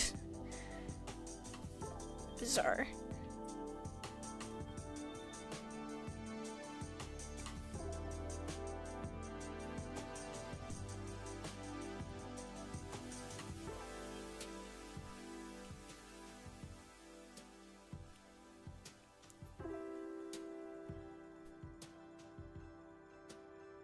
This attack is gonna have so many layers associated with it.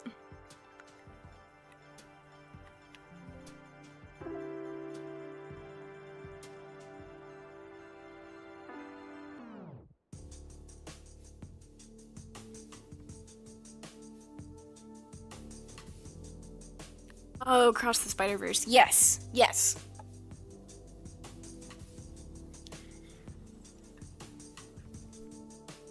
I also enjoy when there's connecting themes like that. Like, the Petrova line in Project Hail Mary, they use red, and then they associate that color all the time throughout the film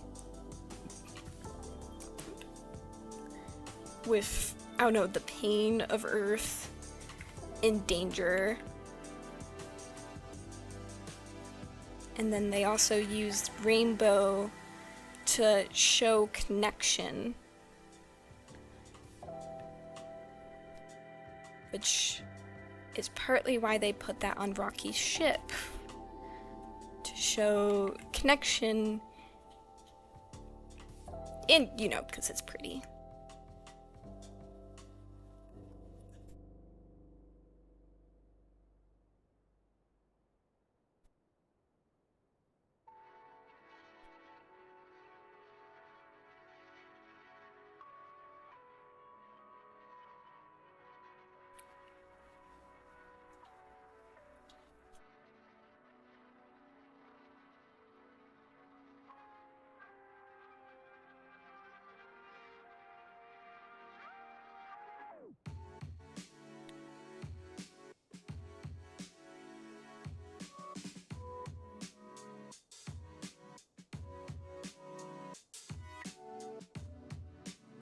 We'll make this a different color.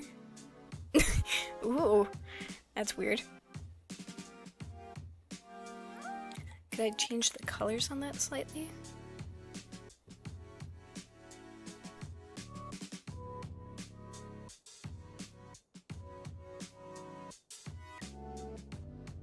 Yeah, that's weird. I like that.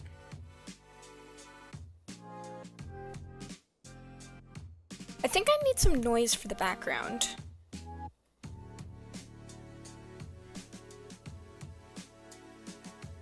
I think this is going to become one of my favorite pages.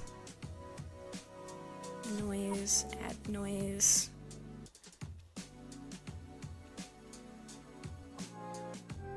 It needs to be subtle, not too much.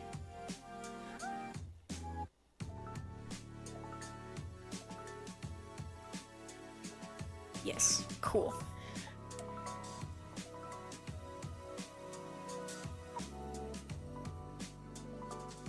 I still need to watch that movie. My siblings watched it without me. Ah, you should totally watch it. It's really fun. They have it currently on Amazon Prime.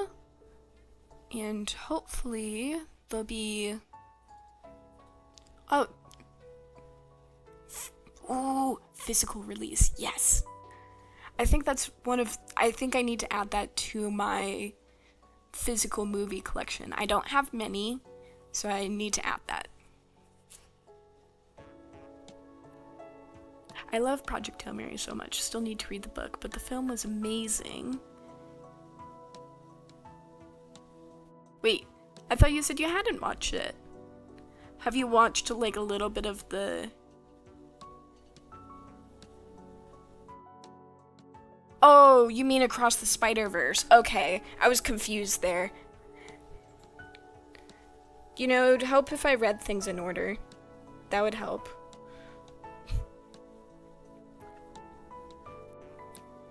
Yes, watch Across the Spider-Verse. It's very good. Definitely watch that.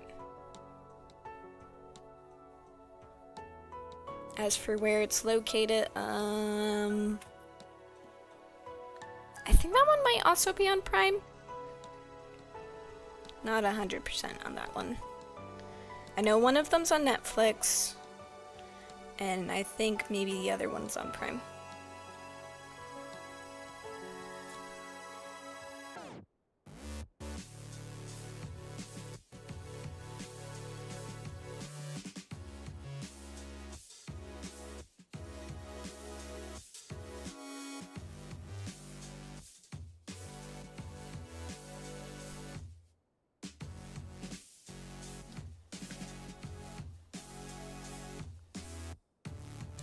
Still feel like I need to distort things slightly. It's looking too clean.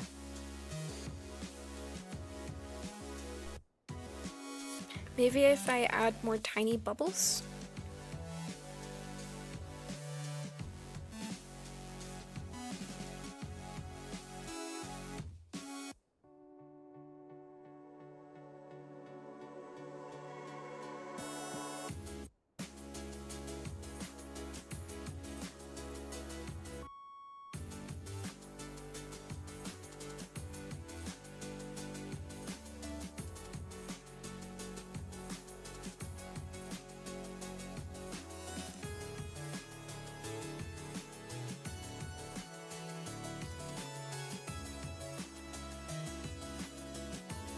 And I think I need something physical in the background. Maybe I can add some cubes and shapes.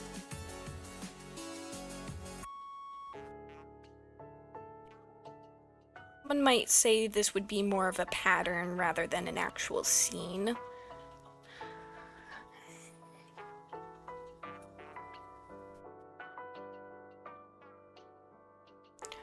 With the birthday money I've got saved, I got a Lego set and I'm so excited to build it. Ooh, what kind did you get?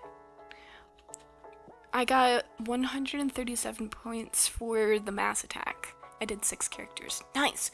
Though, I do have to wonder, how did you actually rate it? Because depending on how you did it, because I've been noticing that people who have attacked me have underscored themselves. And I think that's a shame, because they've worked so hard on the attack, and then they undervalued it. Like, one person who attacked me, I saw a lot of full body characters, but then they marked them as either simple bodies or half bodies, and I didn't quite agree with that. And I don't know if it's just because they didn't draw 1 foot, so then they thought, well, technically I didn't draw the whole entire character, so then it's not considered a full body, but it's just you drew most of the character with maybe 1 or 2 elements hiding.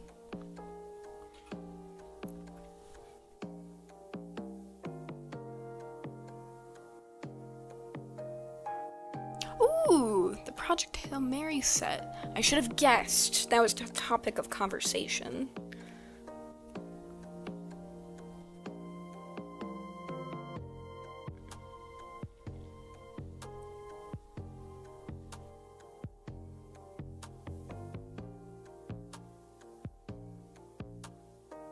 What does Facet even do? I don't even know. I just click on it and it does nothing.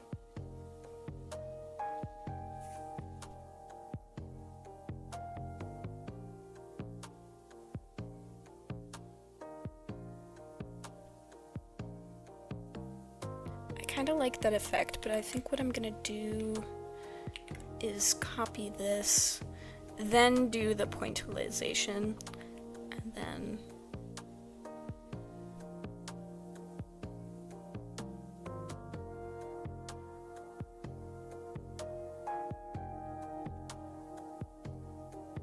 lower the opacity on it.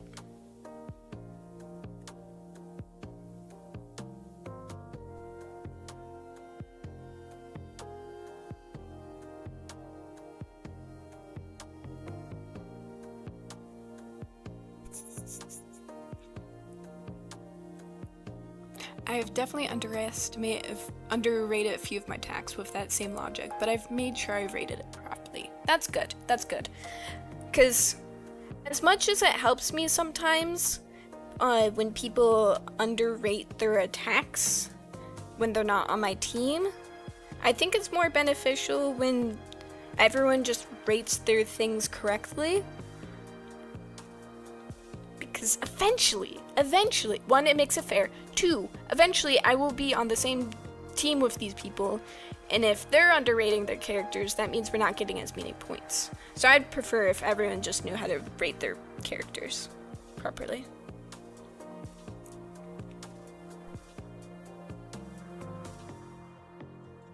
I like lightly overrate some of my characters, but then I also try and justify it in the sense of I'm doing a lot with these attacks, so even if I slightly overrate the characters, I think the amount of effort that I'm putting into it is, I think, justifies it slightly. I don't know, at least that's what I've tried to tell myself with, because I'm definitely putting a lot of effort into these attacks. It's not like I'm just trying to cheat deliberately so I can get more points. I understand, though, sometimes it feels like how you're rating something might be over what it might be worth. But on the other hand, you put a lot of effort into it, and you're probably not. It's a weird balance sometimes.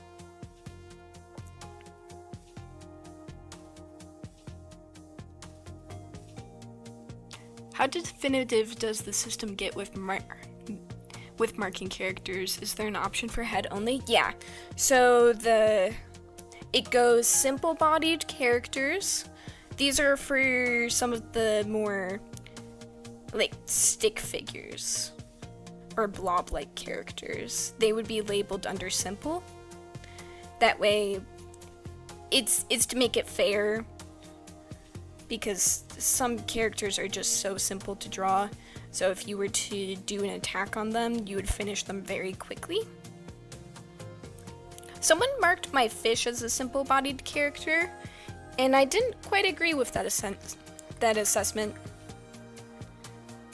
Mostly because if you draw multiple of the fish, and you only mark it as one attack, like you're attacking one character but you draw multiple of the fish, I feel like that counts as a whole character because you draw multiple of them because they're an entity. But I guess they only drew two, so maybe that's why they marked it as simple body. And next category is head/bust. Then after that is half body, and after that is full body. I think what gets people is when they draw 3/4 of a body and they don't know if it's worth a half body or a full body. I usually go full body because it's certainly more than a half body. But I think some people might just go, well, it's not the whole character, so I guess it's just half body. I think as long as it's a reasonable amount of effort, they just leave it to your best judgment. And if they don't agree with your assessment later, someone would report your drawing.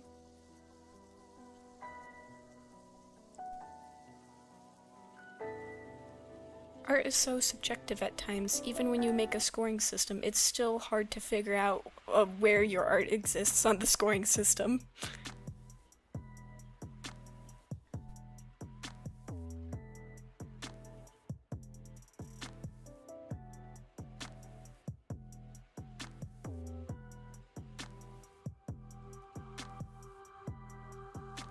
Is there a description for size 2? What if your artwork is entirely a character head, but it takes a large space of the canvas rather than a tiny amount?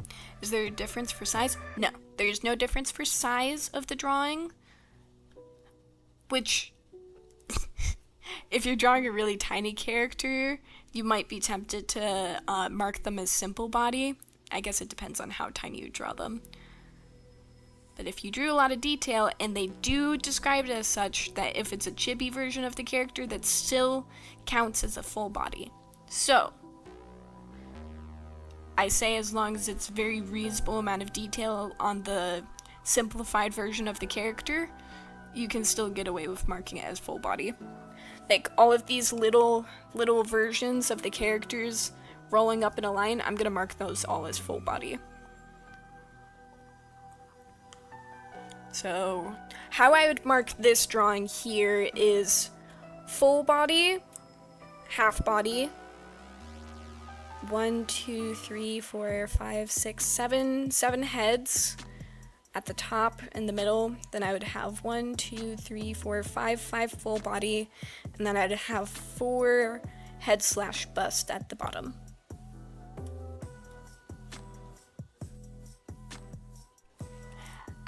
I should really get back into drawing characters. I've done some drawings of characters from shows, but only one OC, and I want to do more. The one OC I have, I want to refine a bit more, since they're just a rough draft at the moment. And part of refining the OC is just drawing them more. You'll figure out what you like drawing about them, what's annoying drawing about them.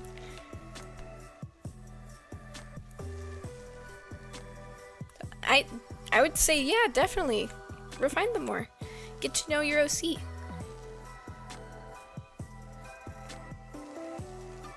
I've definitely figured out details about my own OCs by drawing them. Like, I would have never come up with the idea of Lena having a fear of water if I didn't draw her out and then just come up and explore different ideas with her as I'm drawing her.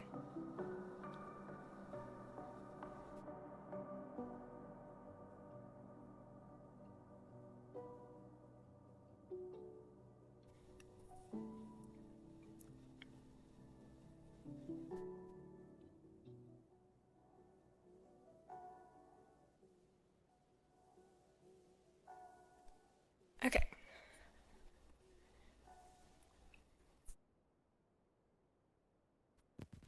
I need to draw the webbing, and then some random shapes, do some shadowing, highlights. Oh, it's gonna be so good. I really like how this drawing is turning out.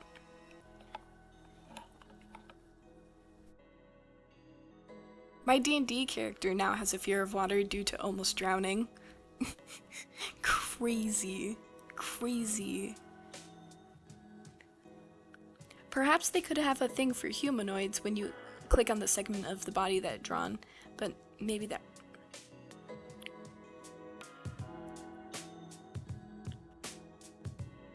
I mean, they have enough people with just complete animal characters that having a separate section for humanoids versus animals I don't think makes sense. I think part of it does make it confusing at times, but I think it's better for their scoring system to be more simple rather than have a whole bunch of complicated extra settings. I think that's why they don't have a 3/4 body,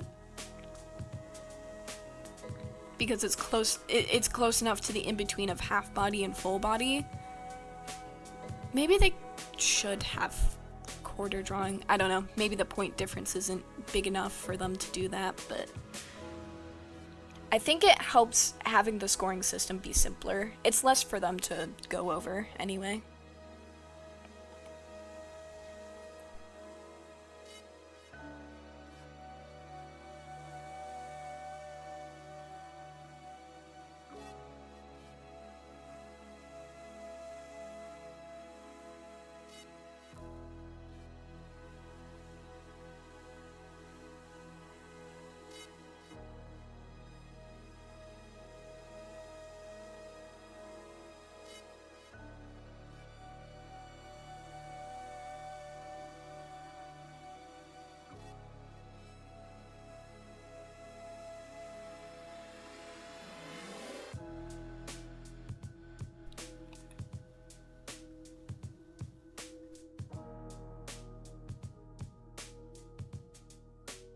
I think I'm gonna add a tint of blue to this. I want this little bubble pattern to be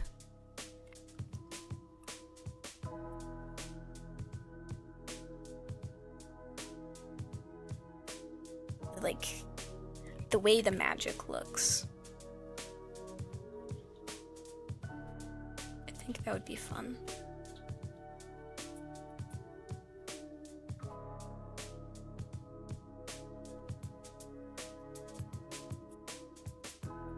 Do you ever, like, draw something and you're, like, trying to deliberately not have a pattern, but it feels like you're getting into a pattern as you're trying to not make a pattern?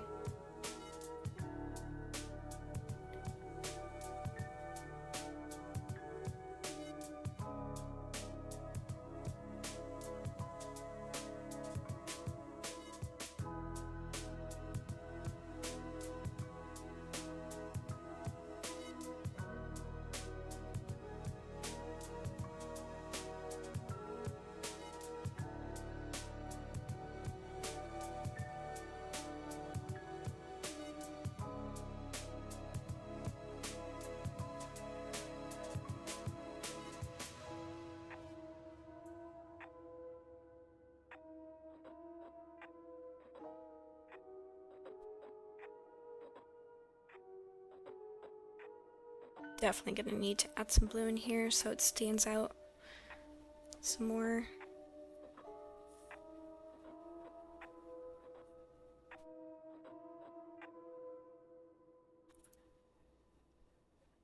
Maybe I could add some thickness to the line as well.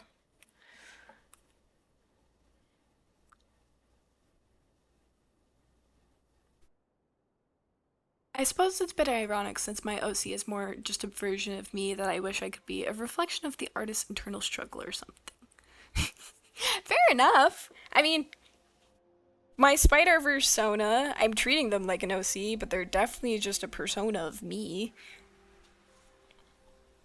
They have a whole different thing going on, though. The more elements you add to a scoring system, the more it could discourage people or make people not care about doing it properly. You said they're in New York City. If you wanted to do something that fills the space to the top left, perhaps adding some rectangles to get off the...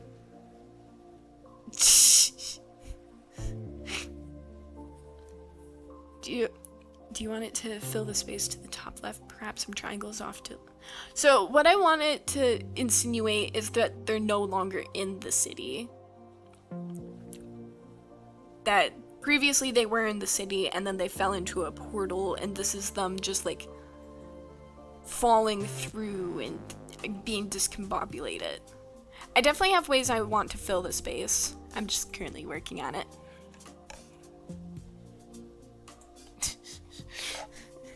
I was talking about how I was trying to draw a pattern, but well, trying not to draw a pattern and then feeling like I was.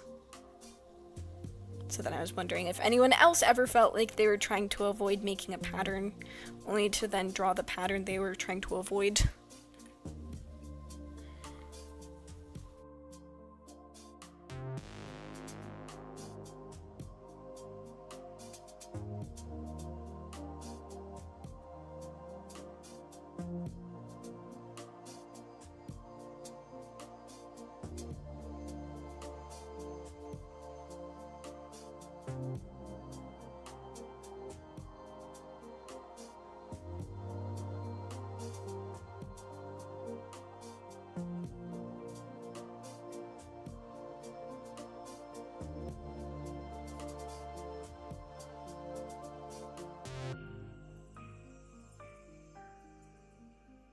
You know, I'm gonna finish this, and then I'm not even going to be able to post it for a few days, because I haven't finished everything else leading up to this.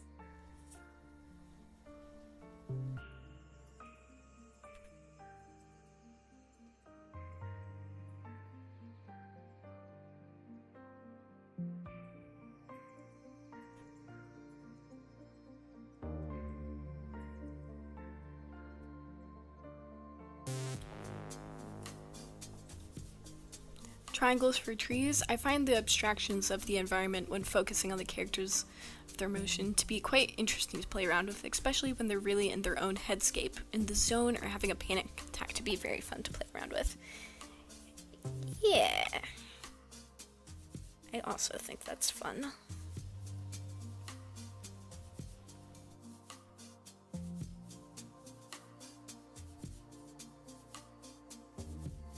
I think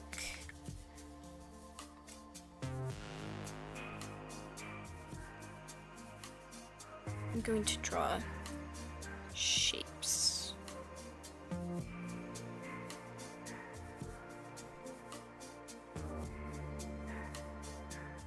That way, oh, no wonder the lines were feeling so thick. I'm drawing at 40. One of the requirements for the scene background scoring is being able to tell the foreground, midground, and background. So if I draw a bunch of shapes, differing positions, some of which are in front of the characters, I think I can then make an argument that there are elements that add a foreground to it.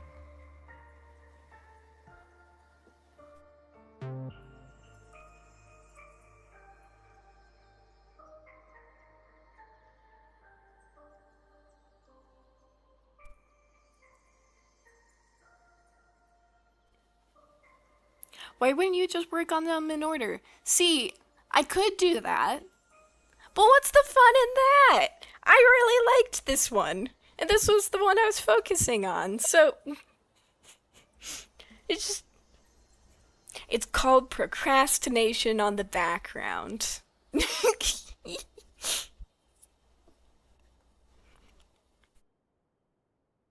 I know I'll have to do it at some point.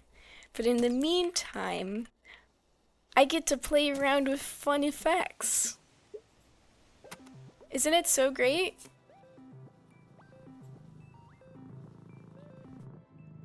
I have 3 days. I'll do the backgrounds eventually. Not right now, though.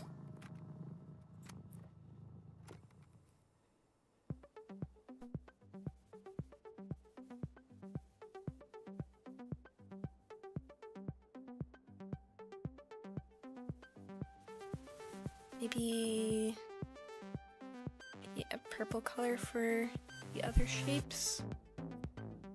And then I can have a turquoise color be the off color.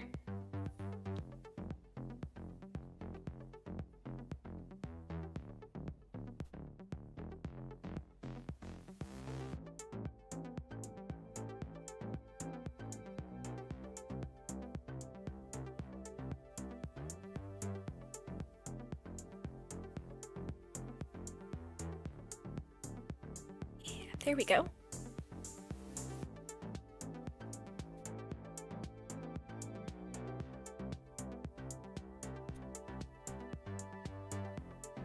It's looking fantastic. I'm really loving the colors, the panel dividers, the lines and shapes. It's really fun watching this come together. Thank you. I'm having a lot of fun putting it together too. It's been satisfying. I don't always have a clear direction of where I want to take a piece. It's more something that just comes together as I think about it and make decisions on the fly.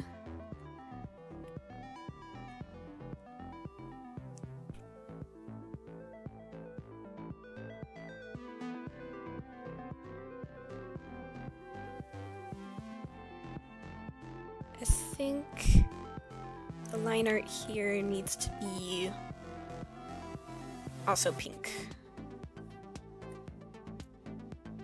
I think the darkness of it is not helping.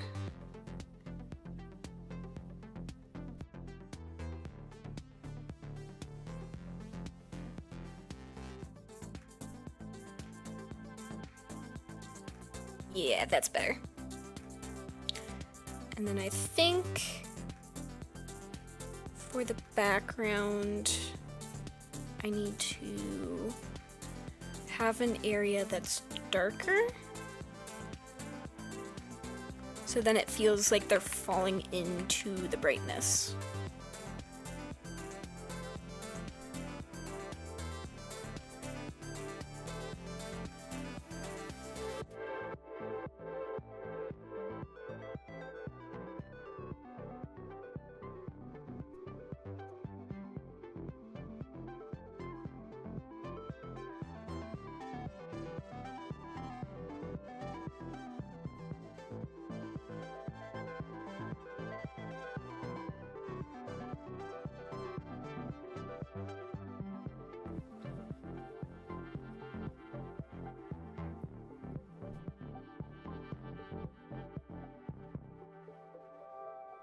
Okay, and then we can lower the opacity of that so it's not so intense.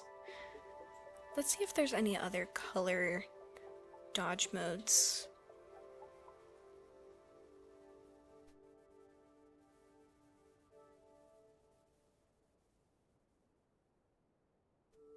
Your light could be fun. Hard mix, that one's also fun. That one plays into the fuzz effect a lot.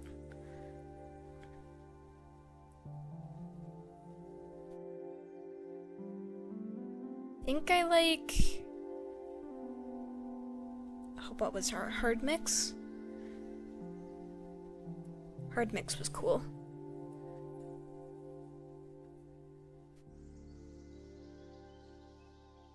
Definitely at the lower opacity though. Yeah. Cool.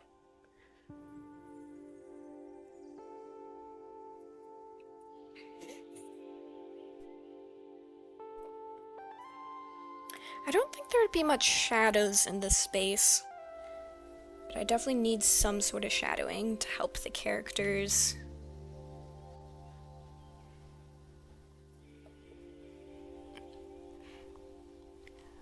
Bye, Diego. Thank you. I'm glad you got to join for the stream for a bit.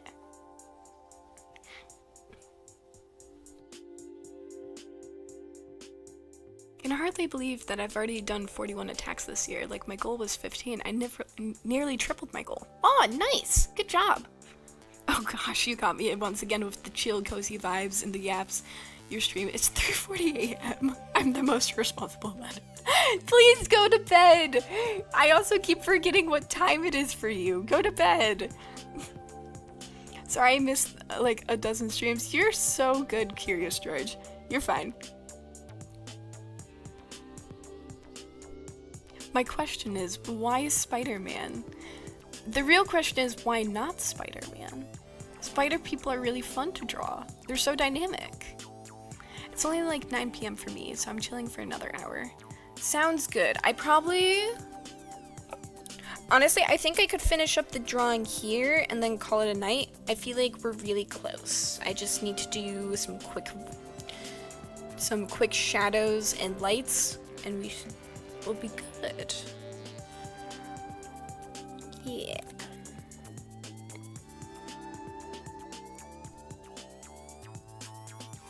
See, and the fun thing is we're going to be able to do the shadows really quickly because I can just grab this, grab a dark color over top, and we could get in a blending layer. Usually I do multiply, that one's a classic, but we could also do something else. Ooh!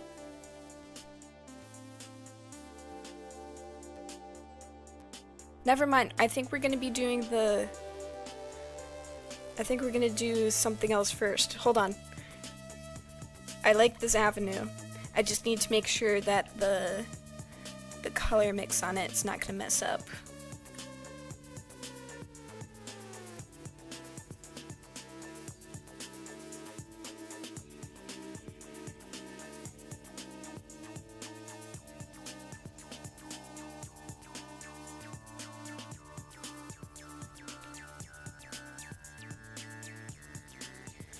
And this is why I love exploring.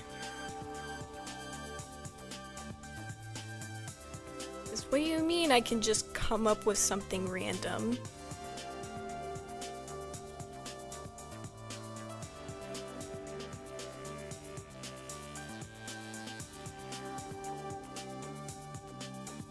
Do I even want to erase that? I think my main problem is if I have the lighten on here, then it ruins the contrast. So, hold on. I like the effect, I just need to make sure the contrast still stays. So I think what I need to do is I need to darken up the characters slightly and then increase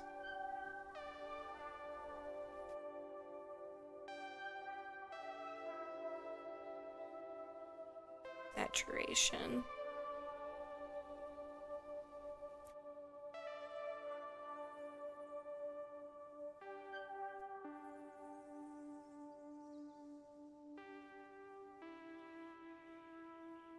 Cool.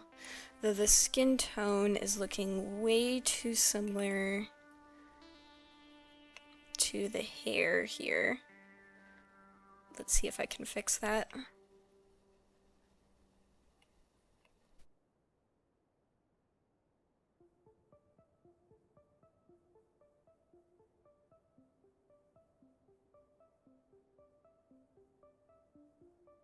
I'm liking this color blending though, this is fun.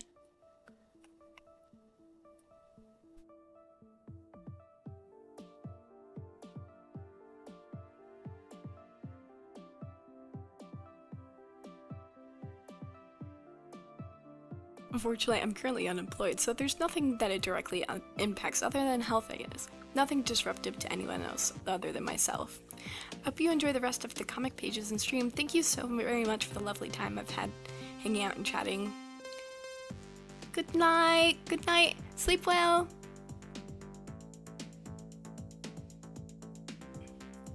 Can you give a synopsis / premise of your comic? Okay, sure. Yeah. So essentially what's happening here is my spider person has been interacting with the multiverse for a little bit of time now, has gotten used to things like web shooters, and is doing pretty good until after completing an assignment for Miguel, finds that she is like was shot by a random villain and has no idea what's going on. So concerned slightly about that, she decides to look into it and figure out what the heck is going on. After finding out that, hey, wait a second, what do you mean he disabled my ability to heal and regen from things? That's not cool. I don't like that. So due to that,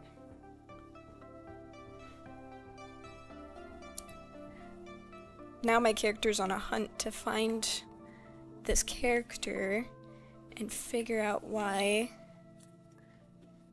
and how to regain their ability to self-heal before it destroys them.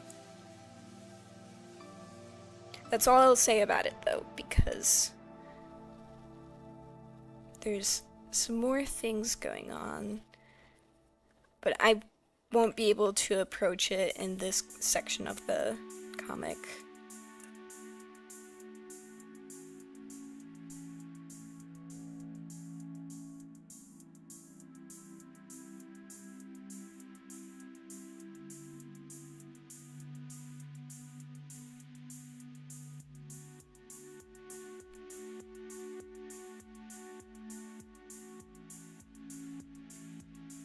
And I'm very excited to read the comic. Thank you, Davey. Please go to bed. It is almost 4 a.m. for you.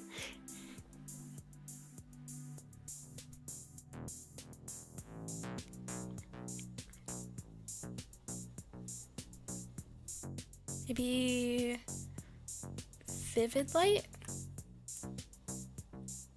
We can, I don't know, bring green into this. See how that goes.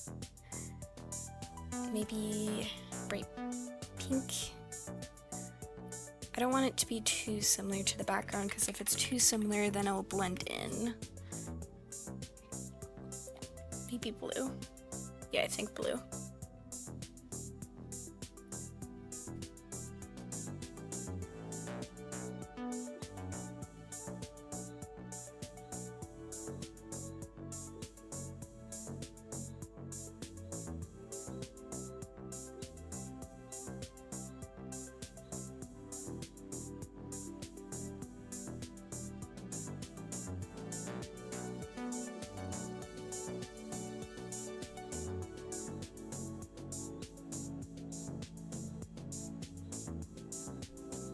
Oh, I love how this is looking.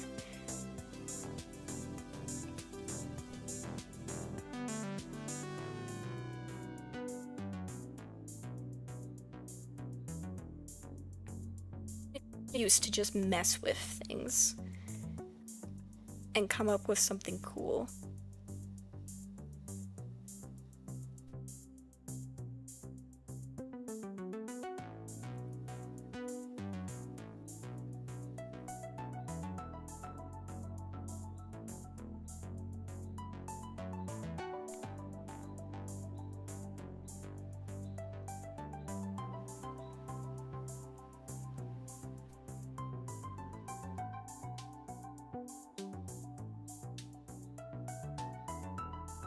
There's some areas where this vivid light's working better than others. I think it works best with the dark areas.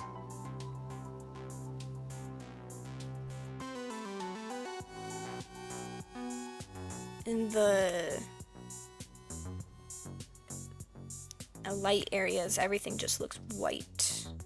Maybe I can lower the opacity though, so it's not as intense, so I can actually see some color variation.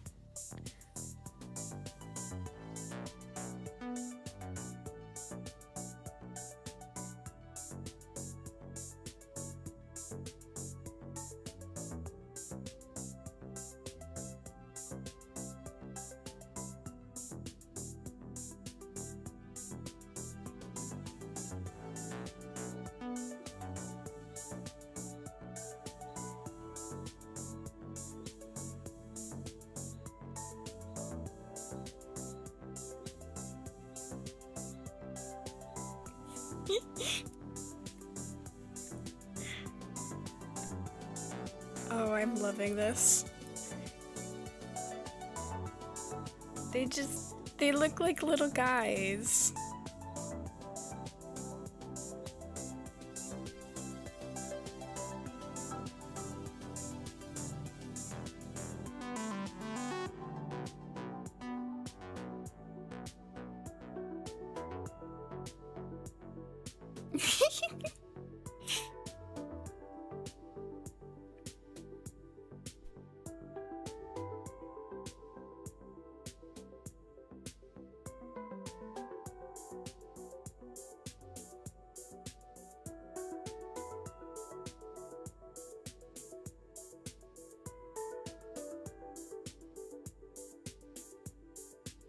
I'm very close to finishing, I can feel it.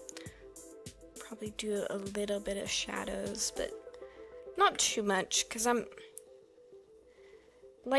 shadows do help the lights pop out, but I'm getting the feeling that this area would not have the strongest of shadows.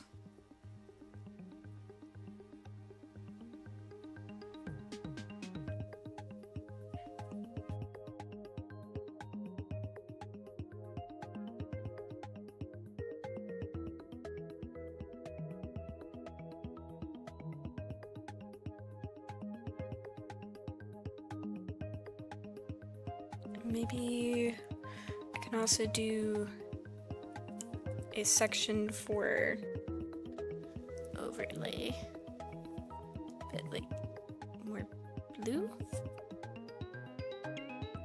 maybe.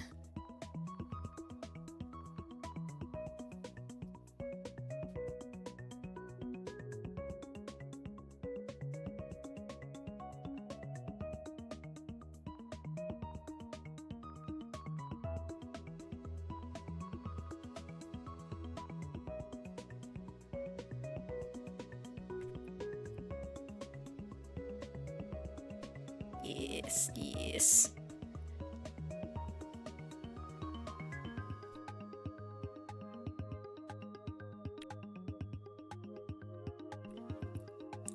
Maybe it's because I'm needing to approach with some pinks.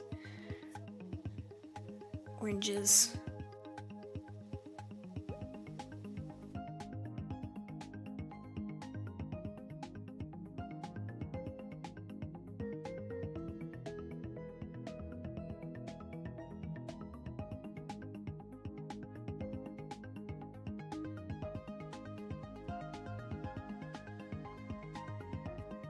Yeah, I'm liking that.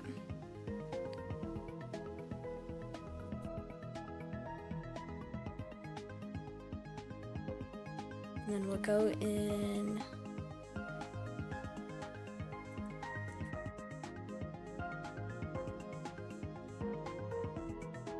color burn? Sure. And we can lower the opacity on that.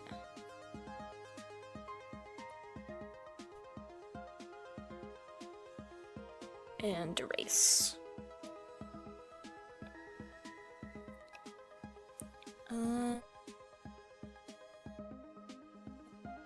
I think that's the... Nope. Yeah, that's it. So, grab that, and then I can erase that from the color burn. Did that do anything?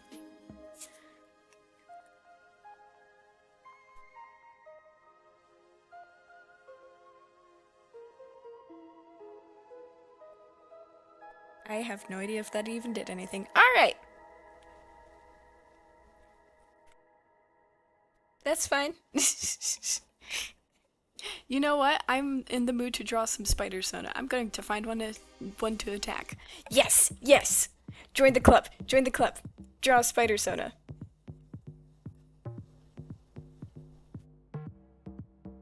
It's fun. Where is my top layer? There we are. There's top layer. I need to make that blue. Or at least somewhat blue. I need to actually be clicked on it though. It's kind of not doing anything when I'm not clicked on it.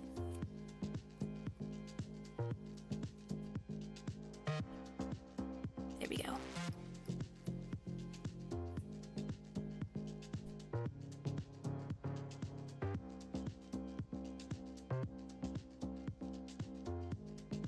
Very cool.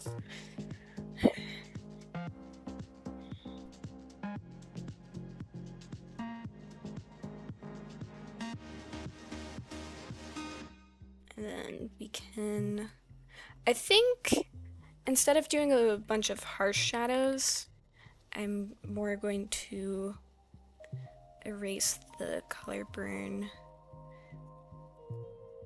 using airbrush tool.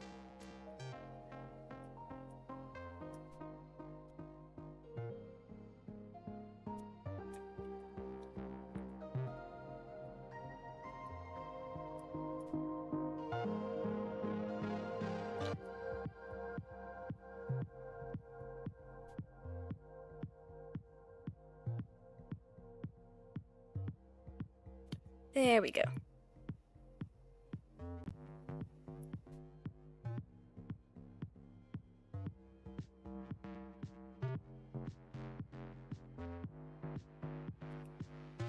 I think I could do some harder shadows, just some slight ones, by drawing them back in.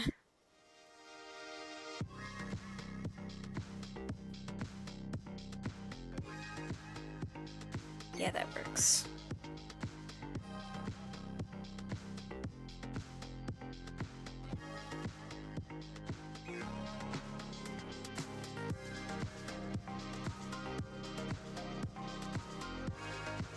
We'll need to draw in the spider webs on my costume.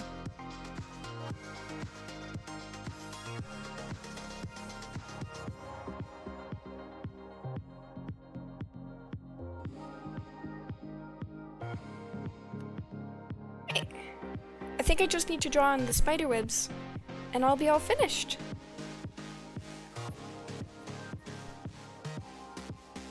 What Marvel OC do you find underrated? I haven't seen many archers or hawk-like OCs unlike Spider-Man. What do you think?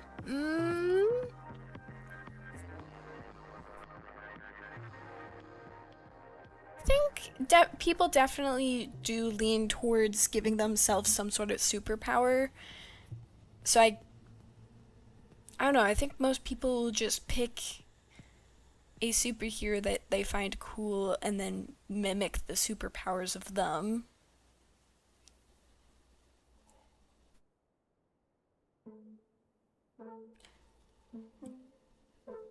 I think Spider-Man is definitely the most OC-driven one, just because the film itself made it so easy and approachable to make your own OC for it.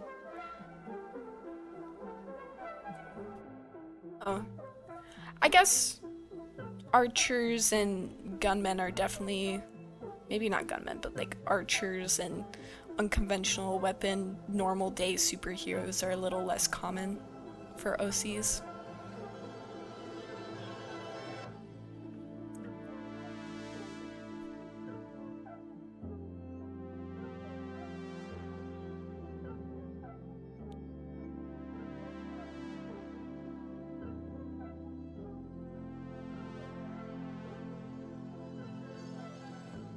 There's something I was gonna do. What was I gonna do?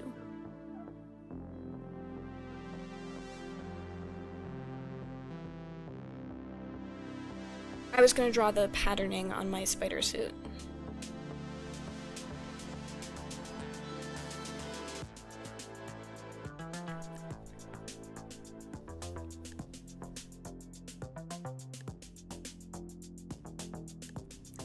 And then we'll be done.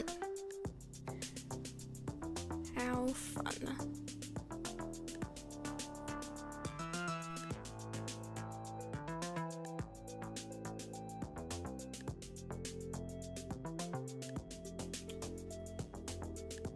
Do you have a Marvel OC, like a favorite type?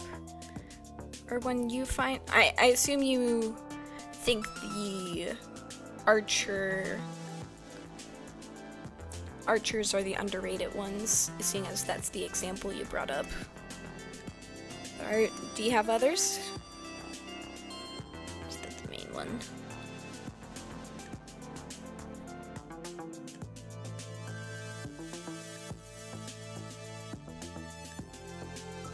Some areas that I'm adding the spider webbing, it does not feel impactful because it's just too bright for the light.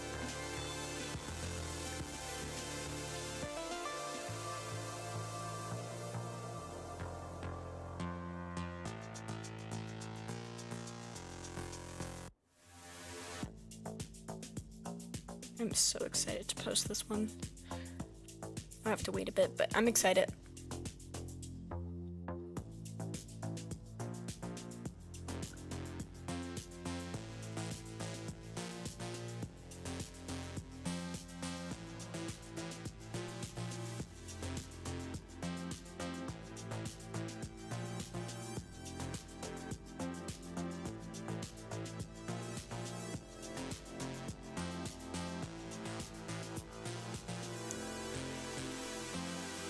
And I think that's finished.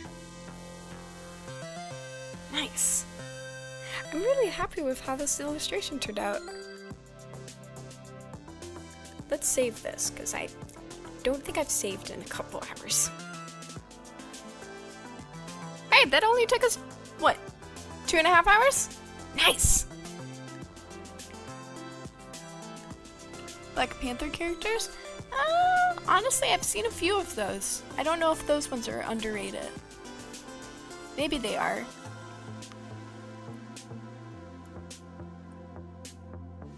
Alright, so I think I am done. I haven't really explored too much of the OCs in the internet. I heard DeviantArt just became a slop website now. It's such a shame. That is such a shame. You would have thought that AI art would have been something that DeviantArt wouldn't allow. Seems weird that they would have them. That would be allowed on the website. Weird. That was super great. It turned out amazing. Thank you! Out of curiosity, how many people did we have join us today? I was not looking at that whatsoever.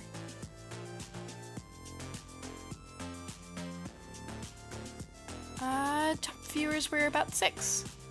Seems about right. Alright, well, thank you so much to everyone. There's 7 likes, so at least 7. Yeah. So, thank you guys so much for joining in on the stream. I had a lovely time working on this. I think next week we'll get back over to playing Minecraft again. Because Artfight will be done at that point, and I need to do some ideation on the trash band before I start making some more comics. And that's the next comic series I'm going to work on. So, until then, we'll get back to playing on Minecraft, continue texturing the beach. I might take some time over the weekend if I have some spare time to do it, so might look into why the tree farm isn't working, because I still haven't explored into that yet. We'll see if I have that ready or not. Either way, we'll do some Minecraft next week. Until then, I hope you have a good rest of your day, night, and rest of the week. Alright, bye!